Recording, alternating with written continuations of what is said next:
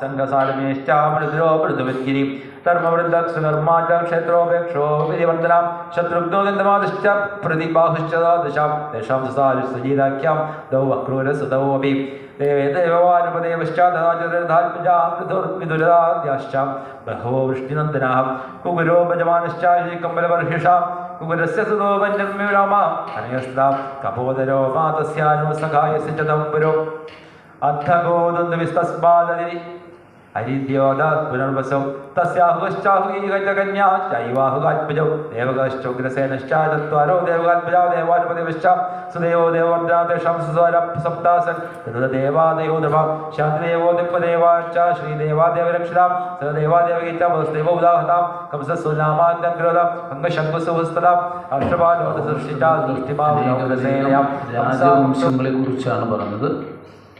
ഇവിടെ പറയുന്നത് ഈ രണ്ട് പ്രധാനപ്പെട്ട വംശങ്ങൾ, അതായത് ഒന്ന് സൂര്യവംശവും മറ്റൊന്ന് ചന്ദ്രവംശവും. അതാണ് വളരെ പ്രസിദ്ധമായിട്ടുള്ള മറ്റ് പേരുകളൊക്കെ അതിൽ നിന്ന് വരുന്ന രഘുവംശം, അതൊക്കെ ഒന്നിലുള്ള തന്നെയാണ്. ഇനി യദുവംശമായാലും മറ്റുള്ള ഒക്കെ ഇതുമായിട്ട് ബന്ധപ്പെട്ട് കിടക്കുന്നതാണ്. പറയുന്നത് ഈ വംശവും വംശചരിതങ്ങളുമാണ് നവമസ്കന്ധത്തിലെ പ്രതിപാദ്യം. ഈ വംശങ്ങളും അതിലുള്ള അംഗസംഖ്യകളുടെയൊക്കെ വിവരണങ്ങൾ വന്നു കഴിഞ്ഞാൽ ദിവസങ്ങൾ ഉണ്ടായാലും തീരില്ല എന്നല്ല പറഞ്ഞത്, വരിഷശതൈരവീനാണ് എന്ന് പറഞ്ഞാൽ എത്ര 100 വർഷം കഴിഞ്ഞാൽ ഇത് പറഞ്ഞാൽ തീരില്ല. കാരണം അങ്ങനെയാണ് ഓരോ വംശങ്ങളും അവരുടെ മക്കളും അവരുടെ ഓരോ രാജാക്കന്മാരൊക്കെ. ചിലതൊക്കെ പേര് പറഞ്ഞുപോയി, ചിലതൊക്കെ കുറച്ചൊന്ന് വിസ്തരിച്ചു. അതിൽ ആദ്യം വർണ്ണിച്ചത് നമ്മുടെ സൂര്യവംശത്തെക്കുറിച്ചാണ്. സൂര്യവംശത്തെക്കുറിച്ച് വർണ്ണിക്കാൻ വേണ്ടിയിട്ട് അഷ്ടമസ്കന്ധത്തിൽ മന്വന്തരത്തിൻ്റെ ഒടുവിലൊരു കഥ പറഞ്ഞു. അതാണ് മത്സ്യാവതാരം. കാരണം മത്സ്യാവതാരം സൂര്യവംശമായിട്ട് എങ്ങനെ ബന്ധപ്പെടുന്നു വെച്ചാൽ, ഈ മത്സ്യമായിട്ട് മൂർത്തിയായിട്ട് അവതരിച്ച് അത് ഒരു സത്യവ്രതൻ എന്ന പേരായിട്ടുള്ള രാജർഷിക്കാണ്. അത് പ്രളയത്തിൻ്റെ ഒടുവിലാണ് ഈ മത്സ്യത്തിൻ്റെ അവതാരം ഉണ്ടായതും ആ മത്സ്യാവതാര മൂർത്തിയായിട്ട് ഭഗവാൻ അവതരിച്ചതും. സത്യവ്രതൻ എന്ന രാജഋഷിക്ക് വീണ്ടും ഉപദേശങ്ങളൊക്കെ കൊടുത്തു. അദ്ദേഹമാണ് വീണ്ടും പുതിയതായിട്ടൊരു വംശം സ്ഥാപിക്കുന്നത് പ്രളയത്തിന് ശേഷം. അങ്ങനെയുള്ള ആ വംശമാണ് പിന്നീട് സൂര്യവംശമായിട്ട് പ്രസിദ്ധമായിട്ട് അറിയപ്പെടുന്നത്. ചിലപ്പോൾ വംശത്തിൻ്റെ പേര് മാറുന്നത് അതിലുള്ള ചില രാജാക്കന്മാരുടെ പ്രഭാവം കൊണ്ടാണ്. രഘുവിൻ്റെ പ്രഭാവം കൊണ്ട് രഘുവംശമായി. അങ്ങനെ ഈ രഘുവംശത്തിൻ്റെ നാഥനായിട്ട് രഘുവരനായിട്ട് ശ്രീരാമചന്ദ്രസ്വാമിയൊക്കെ അറിയപ്പെട്ടു എന്നൊക്കെയുള്ള വിശേഷം. അതിപ്പോൾ ഏതായാലും പറയാൻ പറ്റില്ല നമുക്ക്. എന്തുകൊണ്ട് പറ്റില്ല? അതിന് കാരണമുണ്ട്, കൃത്യമായിട്ട് കാരണമുണ്ട്. 24,000 ശ്ലോകങ്ങളുള്ള രാമായണം ഈ 18,000 ശ്ലോകങ്ങളുള്ള ഭാഗവതത്തിനിടയിൽ അതും കുറച്ച് സമയം കൊണ്ട് അനുസ്മരിക്കുക പ്രയാസമാണ്. പക്ഷെ 1-2 കാര്യങ്ങൾ മാത്രം രാമനെക്കുറിച്ച് പറയാതെ പറ്റില്ല. നമ്മളെപ്പോഴും നാമൊക്കെ ജപിക്കുന്നുണ്ട്. എന്താ അത് പറയാനുള്ളതെന്ന് വെച്ചാൽ, രാമൻ ഇല്ലാതെ കണ്ടും രാമചരിതവും ഇല്ലാതെ കണ്ട് ലോകത്തിലൊന്നും ഉണ്ടായിട്ടില്ല എന്ന് മനസ്സിലാക്കുക. ലോകം മുഴുവൻ എന്നാണ് പറഞ്ഞിരിക്കുന്നത്. അപ്പോഴും നമ്മൾ പറഞ്ഞിരിക്കുന്നത് ഏഷ്യ വൻകര എന്നല്ല പറയുന്നത്.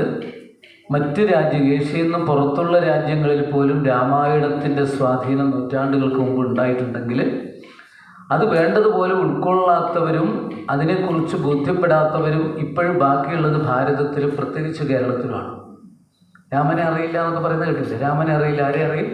രാവണനെ അറിയും. വാമനനെ അറിയില്ല, ആരെ അറിയും? മഹാബലിയെ അറിയും. മഹാബലിയെ അറിയുമെന്ന് പറഞ്ഞാൽ വലിയ സന്തോഷമുണ്ട്. മഹാബലിയെ അറിയുന്നുണ്ടെങ്കിൽ ആരെ അറിയണം? കാരണം ഭക്തനായ അസുര ചക്രവർത്തിയായ ബലിയെ എന്നെ പൂജിക്കുന്നതിനേക്കാൾ മുമ്പ് പൂജിക്കണം എന്ന് പറഞ്ഞതാണ് വിഷ്ണു ഭഗവാൻ. അപ്പോൾ അറിയുന്നില്ല എന്ന് പറഞ്ഞാൽ, അപ്പോൾ ഈ ചരിത്രം നമ്മൾക്ക് തിരിച്ചറിയാൻ വേണ്ടിയിട്ട് പിന്നെ കുറേ സങ്കല്പങ്ങളുണ്ട് നമ്മുടെ രാമായണമായിട്ട് ബന്ധപ്പെട്ടിട്ട്. എന്താണ് രാമായണം? നമ്മൾ എന്നും സ്മരിക്കണം രാമായണം. അത് പലരുടെയും ധാരണ ഇപ്പോൾ എല്ലാം മടക്കി വെച്ചു, ചിങ്ങമാസമായില്ലേ, ഇനി അടുത്ത വർഷം ഇങ്ങനെ തപ്പി കിട്ടുമ്പോഴേക്ക് 4 ദിവസമൊക്കെ കഴിയും രാമായണത്തിൻ്റെ ദിവസം. എന്നോടൊക്കെ വിളിച്ചു ചോദിക്കാറുണ്ട്, തിരുമേനി ഒരു രാമായണ പുസ്തകം കിട്ടും. അപ്പോൾ മുമ്പൊക്കെ നിങ്ങൾ വായിക്കലുണ്ടെന്ന് പറഞ്ഞ് അത് വായിക്കുന്നുണ്ട്. ഇപ്പോൾ കഴിഞ്ഞ വർഷം അത് എവിടെയോ വെച്ചിട്ട് കാണുന്നില്ല. ഞാൻ ഇവിടെയൊക്കെ തപ്പി നോക്കിയിരുന്നു.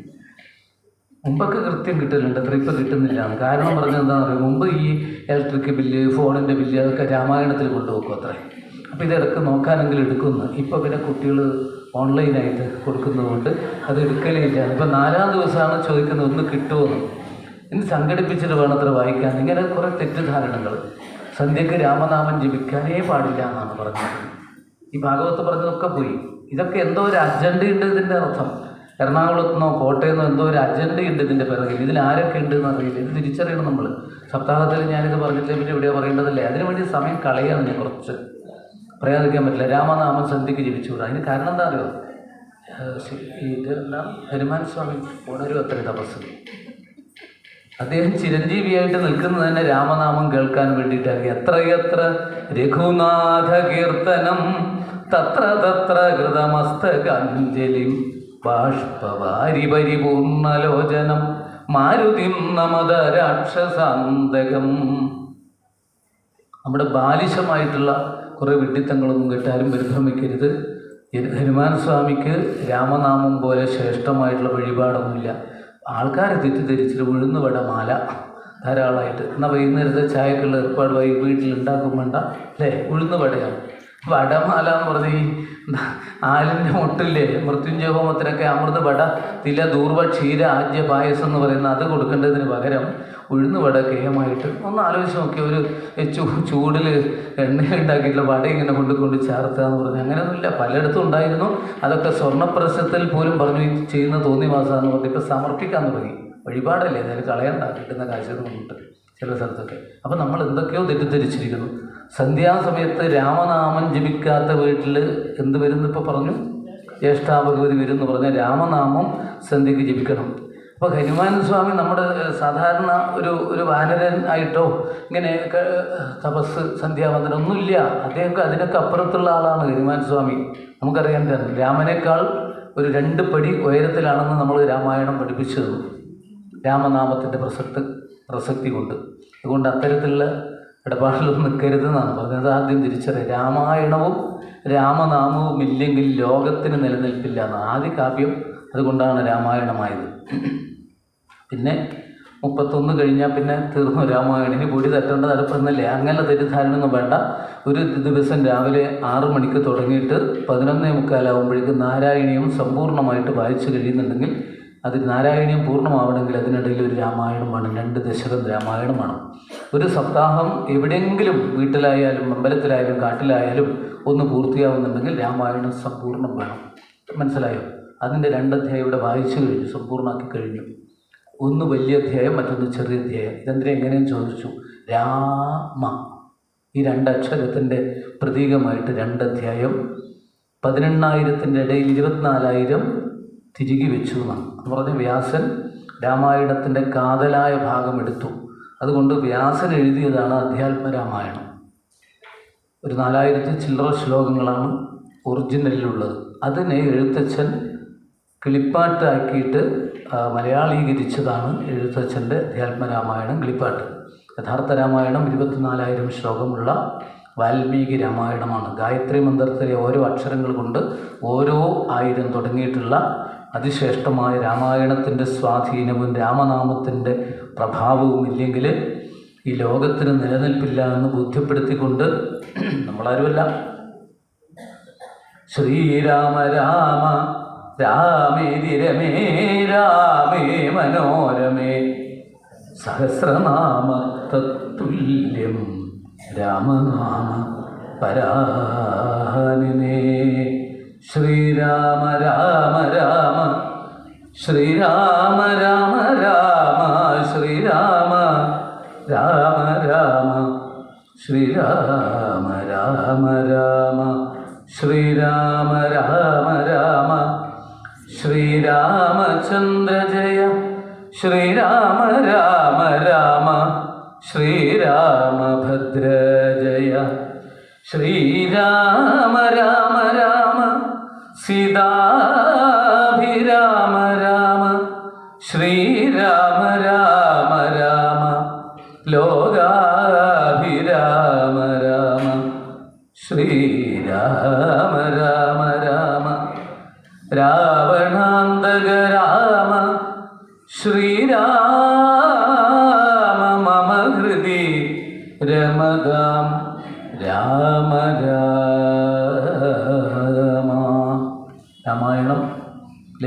വിശേഷമായിട്ട് രാമനാമത്തിൽ അധിഷ്ഠിതമാണ്. രാമായണത്തിൻ്റെ മഹത്വം ഉൾക്കൊള്ളിക്കാൻ വേണ്ടിയിട്ട്, രാമചരിതത്തിലേക്ക് എത്തിച്ചേരാൻ വേണ്ടിയിട്ട് അനേകം കഥകൾ രാജവംശങ്ങളുടെ ഇങ്ങനെ പറഞ്ഞിങ്ങനെ കഴിഞ്ഞു. പിന്നെ ലവൻ, കുശൻ ഇവരുടെയൊക്കെ വംശങ്ങൾ രാമായണത്തിന് ശേഷം ആ വംശം വർണ്ണിച്ച് പിന്നീടാണ് ചന്ദ്രവംശത്തിലേക്ക് എത്തുന്നത്. ആ ചന്ദ്രവംശത്തിലാണ് പരശുരാമാവതാരം പ്രധാനമായിട്ട് പറയുന്നത്. പരശുരാമനെ കുറിച്ച് ഒരുപാട് കാര്യങ്ങൾ മനസ്സിലാക്കാനുണ്ട് അർത്ഥം. എന്തൊക്കെയാണ് നമ്മുടെ കേരളത്തിൽ ഒരുപാട് ക്ഷേത്രങ്ങൾ അല്ലേ, അതൊക്കെ ഉണ്ടെങ്കിൽ ആ ക്ഷേത്രങ്ങൾക്കൊക്കെ അടിസ്ഥാനമായിട്ട് പ്രവർത്തിച്ചത് ആരാണ്? പരശുരാമനാണ്. അദ്ദേഹം എറിഞ്ഞിട്ടാണ് അത്ര കേരളം ഉണ്ടാക്കിയതെന്നാണ് പറയുന്നത് അല്ലേ. വലിയൊരു രാജ്യം, ഗോകർണം മുതൽ കന്യാകുമാരി വരെ ക്ഷിതിയാദിയായി അന്യോന്യം അംബാശിവർ നീട്ടിവിട്ട കണ്ണോട്ടമേറ്റുണ്ടൊരു നല്ല രാജ്യം എന്ന് പറഞ്ഞിട്ടുള്ള ആ ഭൂമിയിൽ പരശുരാമ പ്രതിഷ്ഠയുള്ള ഒരുപാട് ക്ഷേത്രങ്ങൾ, പരശുരാമന് തന്നെ പ്രതിഷ്ഠയുള്ള സ്ഥലങ്ങളൊക്കെ ഉണ്ട്. ഒക്കെ പുണ്യഭൂമികളാണ്. ഇന്നുള്ള നാഗക്കാവുകളും ക്ഷേത്രങ്ങളൊക്കെ ഉണ്ടാക്കി കേരളത്തെ പരമപവിത്രമാക്കി തീർത്തത് പരശുരാമനാണെങ്കിൽ എന്തിനു വേണ്ടിയിട്ടായിരിക്കും? ഭാവിയിൽ കൃഷ്ണാവതാരം കഴിഞ്ഞ് ഭഗവാൻ എഴുന്നള്ളുന്ന സമയത്ത് ഭഗവാൻ പൂജിച്ച ആ ദിവ്യ വിഗ്രഹത്തെ ഈ പുണ്യഭൂമിയിലേക്ക് കൊണ്ടുവരാൻ വേണ്ടിയിട്ടുള്ള ഒരുക്കങ്ങളായിരുന്നു പരശുരാമൻ ചെയ്തത്. പരശുരാമൻ എവിടെയൊക്കെ അറിയാലോ, ദ്വാരകയ്ക്ക് സമീപത്താണ് അദ്ദേഹത്തിൻ്റെ പഞ്ചതീർത്ഥങ്ങളൊക്കെ ഉള്ളത്. സമന്ത പഞ്ചകം എന്നൊക്കെ പറയുന്ന വിശേഷപ്പെട്ട തീർത്ഥങ്ങളൊക്കെ ഉള്ളത്. പരശുരാമൻ്റെ യോഗ്യതയെക്കുറിച്ചൊന്നും പറയാനില്ല. രാമായണം വായിച്ചവർക്കും കേട്ടവർക്കും കുറച്ചൊക്കെ അറിയായിരിക്കും അല്ലേ. ശ്രീരാമനും പരശുരാമനും തമ്മിൽ ഏറ്റുമുട്ടിയിട്ട് രാമബാണത്തിന് ലക്ഷ്യം വേണമല്ലോ, തൻ്റെ പുണ്യം മുഴുവൻ താൻ എന്തൊക്കെ ഈ അവതാരത്തിൽ പുണ്യങ്ങൾ സമ്പാദിച്ചിട്ടുണ്ടോ ആ സമ്പാദിച്ച പുണ്യം മുഴുവൻ ഞാൻ വെറുതെ കളയുന്നില്ല, രാമബാണത്തിന് നൽകിക്കൊണ്ട് മഹേന്ദ്രപർവ്വതത്തിലേക്ക് തപസ്സിന് പോയ ആ പരശുരാമൻ്റെ ചരിത്രവും വർണ്ണിച്ചു കഴിഞ്ഞതോടുകൂടിയിട്ട് പിന്നീട് അവതാരം ബലരാമാവതാരവും ശ്രീകൃഷ്ണാവതാരമാണെന്നും എല്ലാവർക്കും അറിയാം. പിന്നെ അതിലേക്ക് എത്താൻ വേണ്ടി യദുവംശത്തെക്കുറിച്ചും നാളെ പറയുന്ന കഥകൾ പലതുമുണ്ട്. കുന്തിദേവിയെക്കുറിച്ചും അല്ലേ, കുന്തിദേവിയുടെ സഹോദരനായ വസുദേവരെക്കുറിച്ചും അവരുടെ വംശത്തെക്കുറിച്ചും അവിടെ എത്തണമല്ലോ. എത്താൻ വേണ്ടിയിട്ട് ഏതോ തലമുറ മുതൽ ഇങ്ങോട്ടുള്ള കഥകൾ. അതിൽ 4 മക്കളുണ്ടായി, 2 മക്കൾ കല്യാണം കഴിച്ചു കൊടുത്തു, 2 മക്കൾ ഇങ്ങനെ പറഞ്ഞിട്ട് ആ വംശപരമ്പരകളാണ് വർണ്ണിച്ചത് മുഴുവൻ നവമസ്കന്ധത്തിൽ. വായിച്ചു കഴിഞ്ഞാൽ മനസ്സിലാവും. ഒരു വരി വായിക്കുമ്പോഴേക്ക് എത്രയോ രാജാക്കന്മാരുടെ പേരുണ്ടാവും. അപ്പം അങ്ങനെ പല പല കഥകളും കഴിഞ്ഞിട്ടാണ് നമ്മൾ നവമസ്കന്ധത്തിൻ്റെ ഒടുവിലെത്തിയപ്പോഴാണ് 2 ശ്ലോകങ്ങൾ കൊണ്ട് കൃഷ്ണാവതാര ചരിത്രം ചുരുക്കി സൂചിപ്പിച്ചു. ബലരാമേട്ടനെ കുറിച്ചും പറഞ്ഞു, അനുജനായ കൃഷ്ണൻ്റെ കഥയും പറഞ്ഞു. കൃഷ്ണൻ 125 ദിവ്യവർഷം ലീലകൾ ചെയ്തത് എന്തൊക്കെയാണെന്നൊക്കെ പറഞ്ഞു. പാണ്ഡവരെയും മറ്റ് വിഷ്ണുവംശത്തെയും കാരണക്കാരാക്കിക്കൊണ്ട് ഭൂമിയുടെ ഭാരത്തെ ഇല്ലാതാക്കുന്നതിന് വേണ്ടി അവതരിച്ച പൂർണ്ണ പുണ്യാവതാര സ്വരൂപനായ ഭഗവാൻ ഒടുവിൽ ധർമ്മത്തെ സംസ്ഥാപനം ചെയ്യാൻ പരിശ്രമിച്ചു. ഏതാണ്ട് അധർമ്മങ്ങളൊക്കെ ഇല്ലാതാക്കിയപ്പോൾ യാദവ വംശം പടർന്ന് പന്തലിച്ചിരിക്കുന്നു, അവരിലൂടെയാണ് ഇനി ഭൂമിയിൽ അധർമ്മം ഉണ്ടാവുക തോന്നിയ ഭഗവാൻ ആ യാദവ വംശത്തെ കൂടി തന്നിലേക്ക് ലയിപ്പിക്കാൻ തീരുമാനിച്ച് ബ്രാഹ്മണ ശാപവും ഉണ്ടാക്കിയിട്ട് ദാസുധാമത്തിലേക്ക് എഴുന്നള്ളാൻ തയ്യാറാവുമ്പോൾ ധർമ്മത്തെ നിലനിർത്താൻ വേണ്ടിയിട്ട് ഉദ്ധവന് അതിശ്രേഷ്ഠമായ ഉപദേശം, മൈത്രേയ മഹർഷിക്ക് വിതുരനിലൂടെ നിലനിർത്താൻ ഉപദേശമൊക്കെ നൽകിയിട്ട് പ്രഭാസ തീർത്ഥകരയിൽ വെച്ച് സ്വധാമത്തിലേക്ക് എഴുന്നള്ളി. ആ എഴുന്നള്ളുന്ന സമയത്താണ് തൻ്റെ ദിവ്യപ്രഭാവത്തെ വാങ്മയി സ്വരൂപത്തിൽ ശ്രീമദ് ഭാഗവതത്തിലേക്ക് ലയിപ്പിച്ചത്. ഇത്രയും കാര്യങ്ങൾ ഒടുവിൽ 2 ശ്ലോകത്തിൽ ചുരുക്കി പറയുക. ഇത്രയും പറഞ്ഞപ്പോൾ പരീക്ഷത്ത് മഹാരാജാവിനെ ഓർമ്മയുണ്ടല്ലോ എല്ലാവർക്കും അല്ലേ. 4-ാം ദിവസമായി ജലപാനം പോലും ഇല്ലാതെ കണ്ട് കഴിഞ്ഞുകൂടുകയാണ്. നമ്മുടെ അവസ്ഥയല്ല പരീക്ഷത്തിൻ്റെ അവസ്ഥ എന്നർത്ഥം. ശുഖബ്രഹ്മ എങ്ങനെയാണ്? ആത്മാരാപനാണ്, ആനന്ദരമണനാണ്. 7 മിനിറ്റ് സമയമാണ് ഒരു പശുവിനെ കറക്കാൻ വേണ്ടത് എന്ന് വിചാരിക്കുക. ആ സമയം പോലും എവിടെയും നിൽക്കാത്ത ശുഖബ്രഹ്മ ഋഷിയാണ് 7 ദിവസവും ഗംഗാതീരത്തേക്ക് വന്നിട്ടുള്ളതെങ്കിൽ എന്തോ ചില മഹത്വം അദ്ദേഹം കണ്ടിട്ടുണ്ട് ഭാഗവതോപദേശത്തിലൂടെ. അങ്ങനെ പല പല കഥകളും പറഞ്ഞിട്ട് ശ്രീകൃഷ്ണൻ്റെ ചരിത്രം വിസ്തരിച്ച് കേൾക്കണമെന്ന് ആഗ്രഹിച്ചുകൊണ്ടാണ് കഴിഞ്ഞുകൂടുന്നത്. ഈ വംശം പറയുമ്പോൾ കൃഷ്ണവംശത്തിലേക്ക് എത്തുമല്ലോ, അത് നമുക്ക് വിസ്തരിച്ച് കേൾക്കണമെന്ന് ആഗ്രഹിച്ചുകൊണ്ട് പരീക്ഷത്ത് ഇപ്പം നേരത്തെ പറഞ്ഞിട്ടുണ്ട്, ഗജേന്ദ്രമോക്ഷം പറയുമ്പോൾ ഒരു അവതാരമെടുത്തു. ഹരി എന്ന് പറയുമ്പോൾ അതെനിക്ക് വിസ്തരിച്ച് കേൾക്കണം. അജിതൻ എന്ന അതെനിക്ക് വിസ്തരിച്ച് കേൾക്കണം. അല്ലേ? വാമനാവതാരം, അത് കേൾക്കണം. അല്ലേ? ഇങ്ങനെ ഓരോന്നും പറഞ്ഞുകൊണ്ട് വിസ്തരിച്ച് കേൾക്കണം എന്ന് പറഞ്ഞ പരീക്ഷത്ത് നവമസ്കന്ധത്തിലെ വംശങ്ങളുടെ പേര് പറയുമ്പോൾ വിസ്തരിച്ച് കേൾക്കണമെന്നൊന്നും പറഞ്ഞില്ല. ശുഖബ്രഹ്മർഷി എന്തൊക്കെ കുറച്ച് കാര്യങ്ങൾ പറഞ്ഞിങ്ങനെ പോയതാണ്. എന്താ കൂടുതൽ സംശയം ചോദിക്കാത്തതെന്നറിയോ? 7 ദിവസത്തെ ആയുസ്സിനുള്ളിൽ കൃഷ്ണചരിത്രം വിസ്തരിച്ച് കേൾക്കണമെങ്കിൽ ഇത് വിസ്തരിച്ചാൽ മറ്റേത് നഷ്ടപ്പെടും. നമുക്കങ്ങനെയാണ്. നവമസ്കന്ധം വിസ്തരിച്ച് പറയണോ? പറഞ്ഞു കഴിഞ്ഞാൽ ഇനി കൃഷ്ണാവതാരം പറയാൻ പറ്റില്ലല്ലോ. ഇല്ല. അപ്പോൾ ഇനി വിസ്തരിച്ച് കേൾക്കണമെങ്കിൽ മറ്റുള്ളതൊക്കെ ചുരുക്കി പിടിക്കണം. ഏതുപോലെ? ഉച്ചക്ക് പായസം ഗംഭീരമായിട്ട് കുടിക്കണമെങ്കിൽ രാവിലത്തെ ഇഡ്ഡലിയല്ലേ ഉണ്ടായത്, അതിന് ചുരുക്കി കുറച്ച് മതി എന്നൊക്കെ പറഞ്ഞു. പിന്നെ രണ്ടാമത് നേരത്തെ ഊണ് കഴിക്കാട്ടോ എന്ന് പറഞ്ഞു വേണ്ട, കുറച്ചും കൂടെ കഴിഞ്ഞിട്ട് ഞാൻ ഇരിക്കുന്നുള്ളൂ, കാരണം വിശപ്പ് വരട്ടെ എന്ന് വിചാരിച്ചിട്ടാണ്. അതും കഴിഞ്ഞ് വിളമ്പുമ്പോഴെല്ലാം കുറച്ച് ഇത്തിരി മതി. രണ്ടാമത് കൂട്ടുകറി എന്നൊക്കെ പറയുമ്പോഴേ വേണ്ട ഇത്രയും വേണ്ടെന്ന് പറഞ്ഞു. എല്ലാം ചുരുക്കി പിടിച്ച് ഇലയൊക്കെ വൃത്തിയാക്കി. എന്തിനായിരിക്കും? പാൽപ്പായസം വരുമ്പോൾ അത് പിന്നെ കിട്ടില്ലല്ലോ, ഗുളിക പിന്നെ കിട്ടുമല്ലോ എന്ന് പറഞ്ഞിട്ട് പാൽപ്പായസം കുടിക്കുന്നവരുണ്ട് അത്രേ. അങ്ങനെ ഇത് വിസ്തരിച്ച് കഴിക്കാൻ വേണ്ടിയിട്ട് തയ്യാറായിട്ട് നിന്നു. അപ്പോഴാണ് എല്ലാം തയ്യാറായാലേ പായസമൊക്കെ വിളമ്പുള്ളൂ. ഇങ്ങനെ തോന്നിയതുപോലെ പണ്ടത്തെ കാലത്ത് വിളമ്പില്ല. അപ്പോഴാണ് വലിയ കയ്യിലൊക്കെയാണ്, വലിയ ബക്കറ്റും വലിയ കയ്യിലാണ്. അതിന് അറ്റം ചെറുതാണ്, സ്പൂണ് പോലെയുള്ളൂ. കണ്ടു കഴിഞ്ഞാൽ വലിയ ഉഷാറിട്ട് തോന്നും. അതിൽ 2 സ്പൂൺ ഇങ്ങനെ വിളമ്പുക. എക്സ്പെർട്ടായിരിക്കും കേട്ടോ അവർ. 2 സ്പൂൺ വിളമ്പി അങ്ങ് പോയി മറ്റേ പന്തിയിലെത്തി. അവിടെ എത്തുമ്പോഴേക്ക് വിചാരിക്കുന്നത് ഇതൊക്കെ നക്കി കഴിഞ്ഞു. ഇനി വിസ്തരിച്ച് വരും. ഇതിപ്പോൾ തുടക്കമായിട്ടുള്ളൂ, സൂചന മാത്രമാണെന്ന് വിചാരിച്ചിട്ട് ഇങ്ങനെ കാത്തു നിന്നു. അപ്പോഴേക്ക് പറയുന്നുണ്ട് അവിടെ ഡോറൊക്കെ തുറന്നിട്ട് വന്ന് അതിലെയാണ് കൈ കഴുകാൻ പോകേണ്ടത് കേട്ടോ, അവിടെ നിന്ന് ഇങ്ങനെ പോയിക്കോളൂ പറയാം. അങ്ങനെ ഉണ്ടാവില്ല ഒരു അനുഭവം. എന്തിനു വേണ്ടിയിട്ടാണോ താൻ അതുവരെയുള്ളതൊക്കെ ചുരുക്കി പിടിച്ചത്, രാവിലെ വരുമ്പോഴും മുതൽ പലഹാരം മുതൽ ചുരുക്കി പിടിച്ചത്, ഇത് വിസ്തരിച്ച് കഴിക്കണം എന്ന് വിചാരിച്ചിട്ടാണ്. പഞ്ചാര പായസം അല്ലേ? അത് എത്തുമ്പോഴേക്ക് ഇത്തിരി തന്നിട്ട് സ്വാദ് നോക്കുമ്പോഴേക്ക് കഴിഞ്ഞു. കൈ കഴുകുക എന്ന് പറഞ്ഞു. ഇനി പിന്നെ വേറെ വഴിയില്ല. ഇന്നാണെങ്കിൽ പിന്നെ പിറകിലാൾ വരിയായിട്ട് നിന്നിട്ടുണ്ടാവും. ഇല്ലേ? ഈ ഒരു അവസ്ഥയില്ലേ? ആ വ്യക്തിക്കുണ്ടാവുന്ന നിരാശ എങ്ങനെയാണോ അതാണ് പരീക്ഷത്തിനുണ്ടായത് എന്നാണ്. കൃഷ്ണചരിതം വിസ്തരിച്ച് കേൾക്കണമെന്ന് ആഗ്രഹിച്ചിട്ട് മറ്റുള്ള കഥകളൊക്കെ ചുരുക്കിപ്പിടിച്ച് അല്ലേ മതി എന്ന് പറഞ്ഞില്ലേ?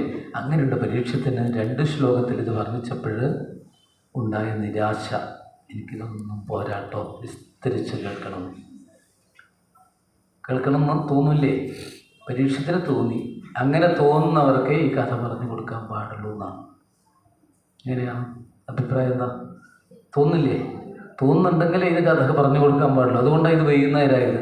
12:15 പറഞ്ഞതെങ്കിൽ ഇത് വേണമെന്നില്ലാത്തവർക്കും ഈ കഥ കേൾക്കാനായിട്ട് വരും. കൃഷ്ണാവതാരം അങ്ങനെ പറഞ്ഞിട്ടേ ഇല്ല. ഉണ്ടോ? ഇനി ശരിക്കുള്ള കൃഷ്ണാവതാരം യഥാർത്ഥ സമയത്ത് അനുസ്മരിക്കണം എന്നുണ്ടെങ്കിൽ എന്നോട് ചോദിച്ചാൽ ഞാൻ പറയും അഷ്ടപരിമണിക്ക് എപ്പോഴാണ്? 12 മണിക്ക് വായിച്ചാൽ മതി എന്നാണ് ഞാൻ പറയാം. അതുകൊണ്ടാണ് ആ സമയത്താണ്. ചില ആൾക്കാർ അങ്ങനെയൊന്നും പറയില്ല. ഒരു 4:30, 5 മണി, 5:30ക്കുള്ളിൽ വായിച്ചാൽ മതി. എന്താ? കൃഷ്ണൻ ജനിച്ചത് തന്നെ അസന്ധിക്ക് മുമ്പാണെന്നാണ് പറയുന്നത്. ഞാൻ കേട്ടതാണ് കേട്ടോ. ഈ ഭാഗവതത്തിൽ പറഞ്ഞൊന്നല്ല. എന്താ കാരണം പറഞ്ഞാൽ പറയും യുക്തിയാണത്രേ. ഇവിടെ യുക്തി കൊണ്ട് ഭാഗവതത്തെ അറിയരുതെന്ന് പറഞ്ഞു. എൻ്റെ യുക്തി എന്താണ്? താമര വിരിയുന്നത് അസ്തമിക്കും കഴിഞ്ഞാൽ താമര ഉണ്ടാവില്ല എന്നാണ് പറഞ്ഞത്. അപ്പോൾ ഇതൊന്നും അല്ല.